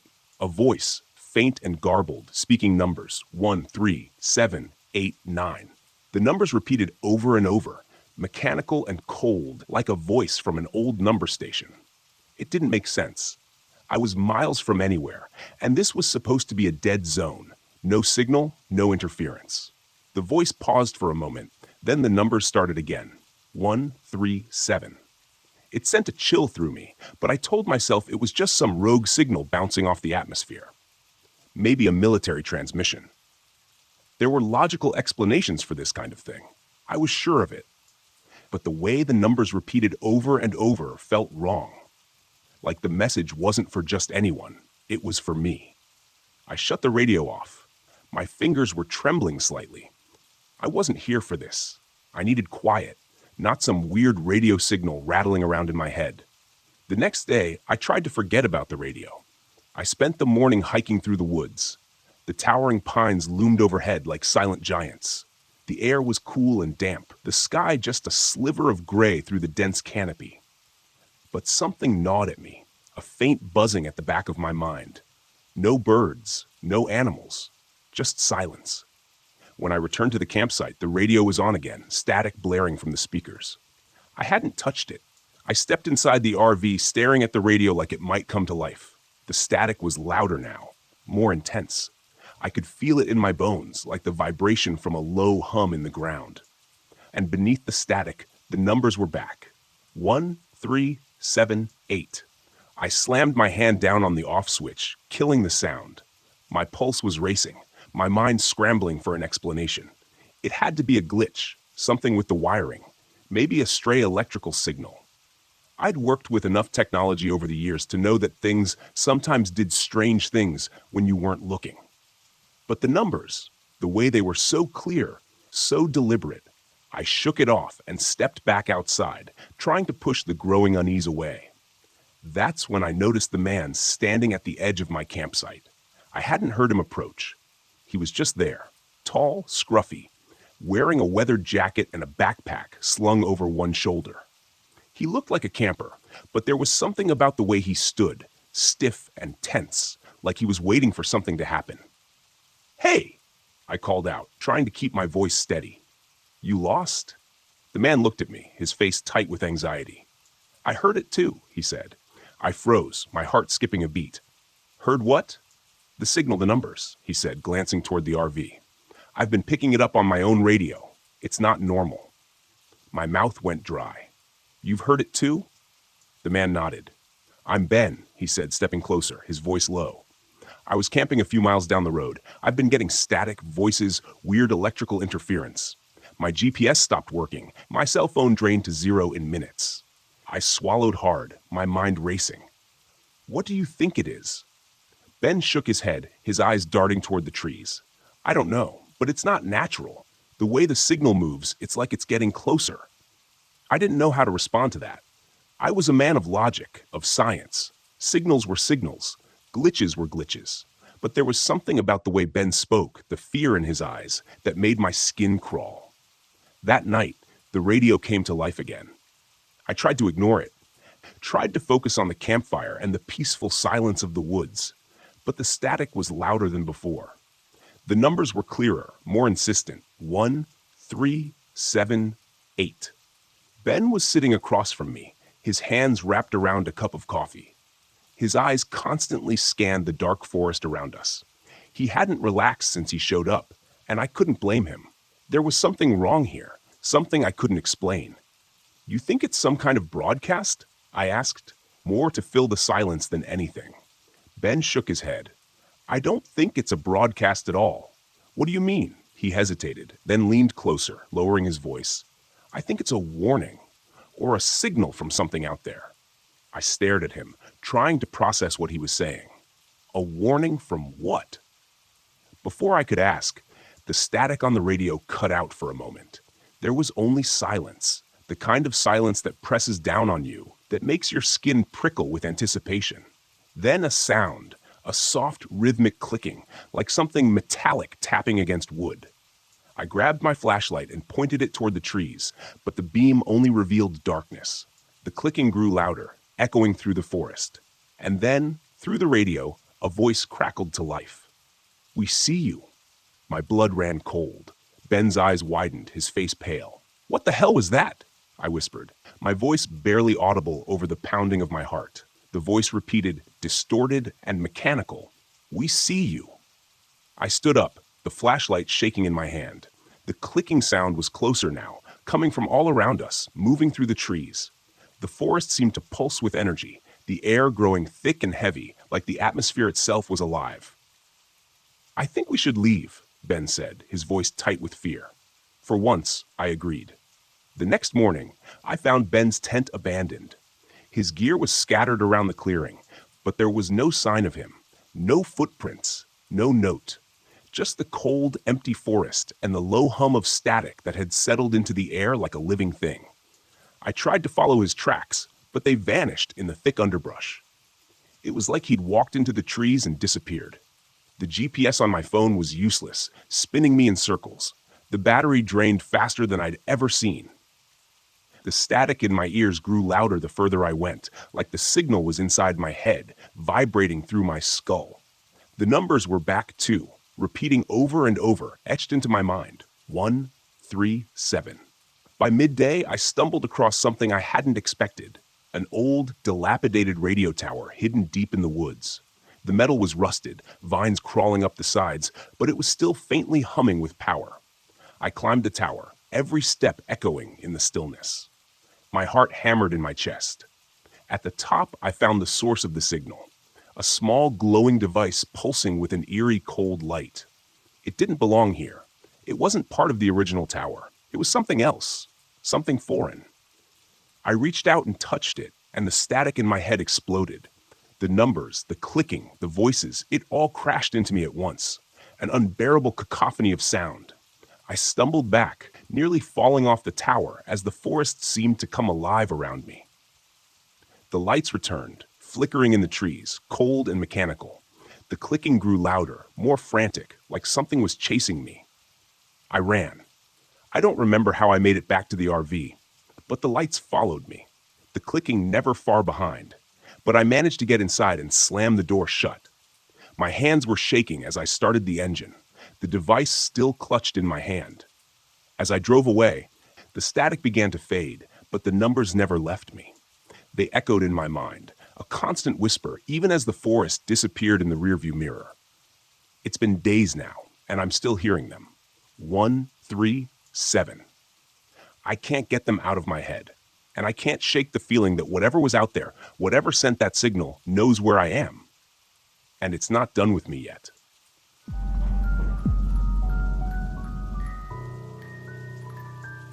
It wasn't my first job, and it sure as hell wasn't supposed to be my last, But something about that night didn't sit right from the beginning.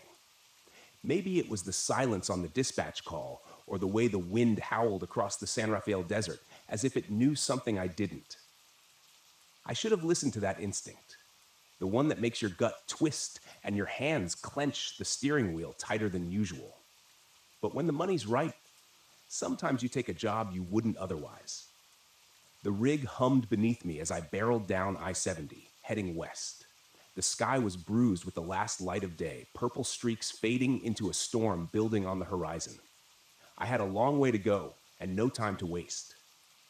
They said the cargo was sensitive. He needed to be kept at exactly 20 degrees, and if I messed up, there'd be hell to pay. That wasn't what bothered me, though. What bothered me was not knowing what the hell I was hauling. When they don't tell you what's in the trailer, it's never good. My name's Roy Mallister. Bones to the few truckers who still know me on the road. 45 years old, and I've spent the last 20 behind the wheel. The road used to be a kind of escape for me, a way to outrun the things I didn't want to face. But that was before Carol passed, before I let everything else fall apart, including my relationship with my daughter Emily. Haven't talked to her in years, and I don't think about it much anymore. I'm good at avoiding things like that. But tonight, something felt different. The desert stretched out endlessly on either side of me. Just red rock and dry air as far as the eye could see. I hadn't seen another car in miles, which was fine by me. The last thing I needed was distractions. That is, until the dashboard flashed red and the trailer's cooling unit flickered for the first time. I muttered a curse, pulling the rig over onto the shoulder. I cut the engine, grabbed my flashlight, and climbed out into the gathering dusk. The wind hit me hard, dust swirling around my boots as I made my way to the back of the trailer. I could hear the cooling unit working and stuttering like it was trying to fight off some kind of malfunction. Fumbling with the latch, I yanked open the back door and was greeted with a gust of frigid air. It smelled wrong in there, like cold metal and something decayed, the kind of smell that sticks in your nose and won't leave. I shined my light into the back, trying to figure out what was causing the problem. That's when I heard it. A soft tapping. No, not tapping. Scratching. It was coming from the crate, a large wooden crate strapped down in the center of the trailer, covered in heavy chains. My heart started to pound in my chest. The kind of adrenaline spike that tells you to get the hell out of there. But my feet wouldn't move. I inched closer, flashlight trembling in my grip. The scratching got louder. The crate shifted just slightly, as though something inside was alive. "What the hell?" I whispered, backing away. I wasn't going to open it. Not in a million years. I slammed the trailer door shut and locked it tight, forcing myself to breathe slowly. Whatever was in that crate, I wasn't sticking around to find out. I was just supposed to get it from point A to point B, no questions asked. I climbed back into the cab, started the engine, and pulled back onto the road, telling myself I was imagining things. Maybe it was an animal, I thought. Some government experiment or something. None of it mattered. All I had to do was deliver the damn thing. The radio crackled to life as I accelerated, and I jumped in my seat. Static. Then, through the fuzz, I heard something faint. A voice. A woman's voice. "Roy, why didn't you come back?" My heart stuttered. The voice sounded like Carol's. I smacked the side of the radio, trying to clear the signal, but the static only grew louder.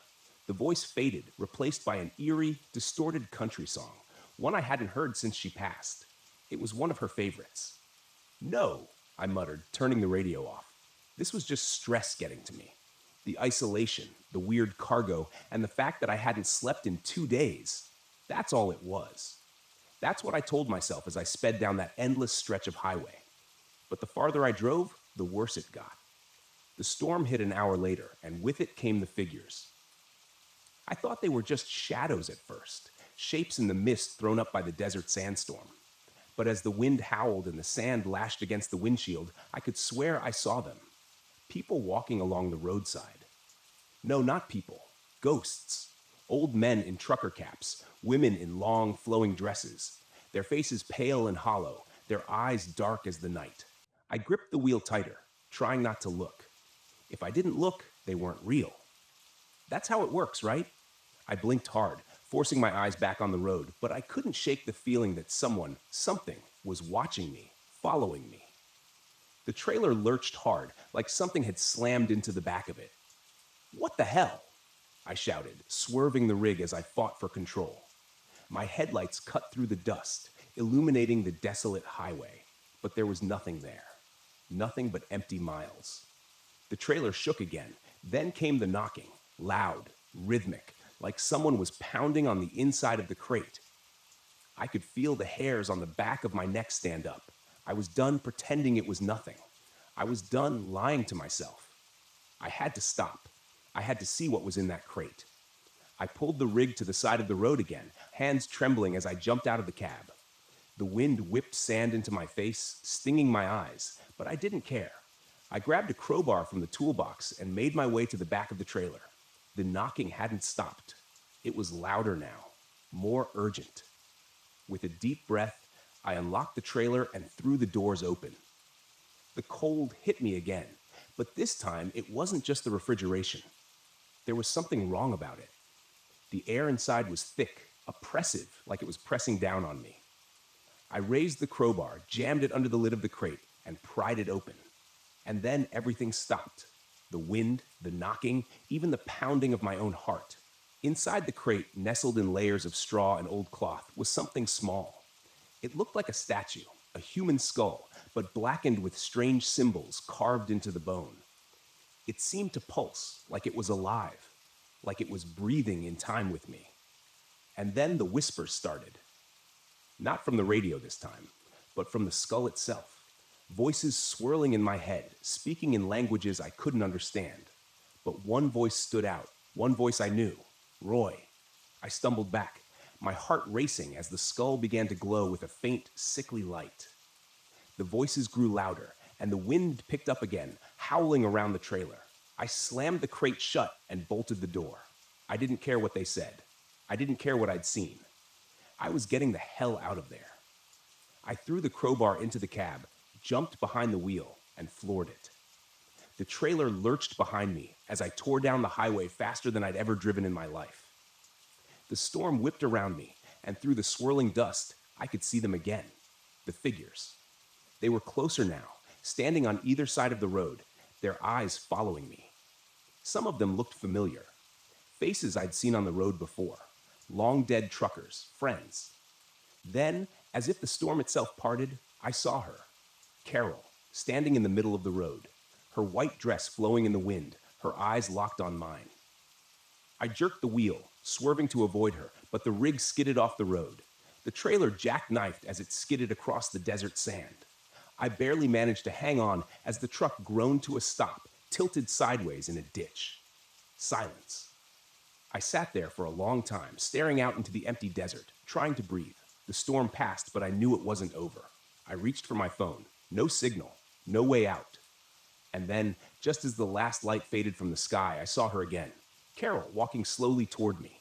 Her face pale and cold, her eyes filled with something I couldn't understand. "Roy," she whispered, her voice soft but clear in the stillness. "It's time to come home." I didn't run. I didn't scream. I just sat there, waiting as the darkness closed in around me.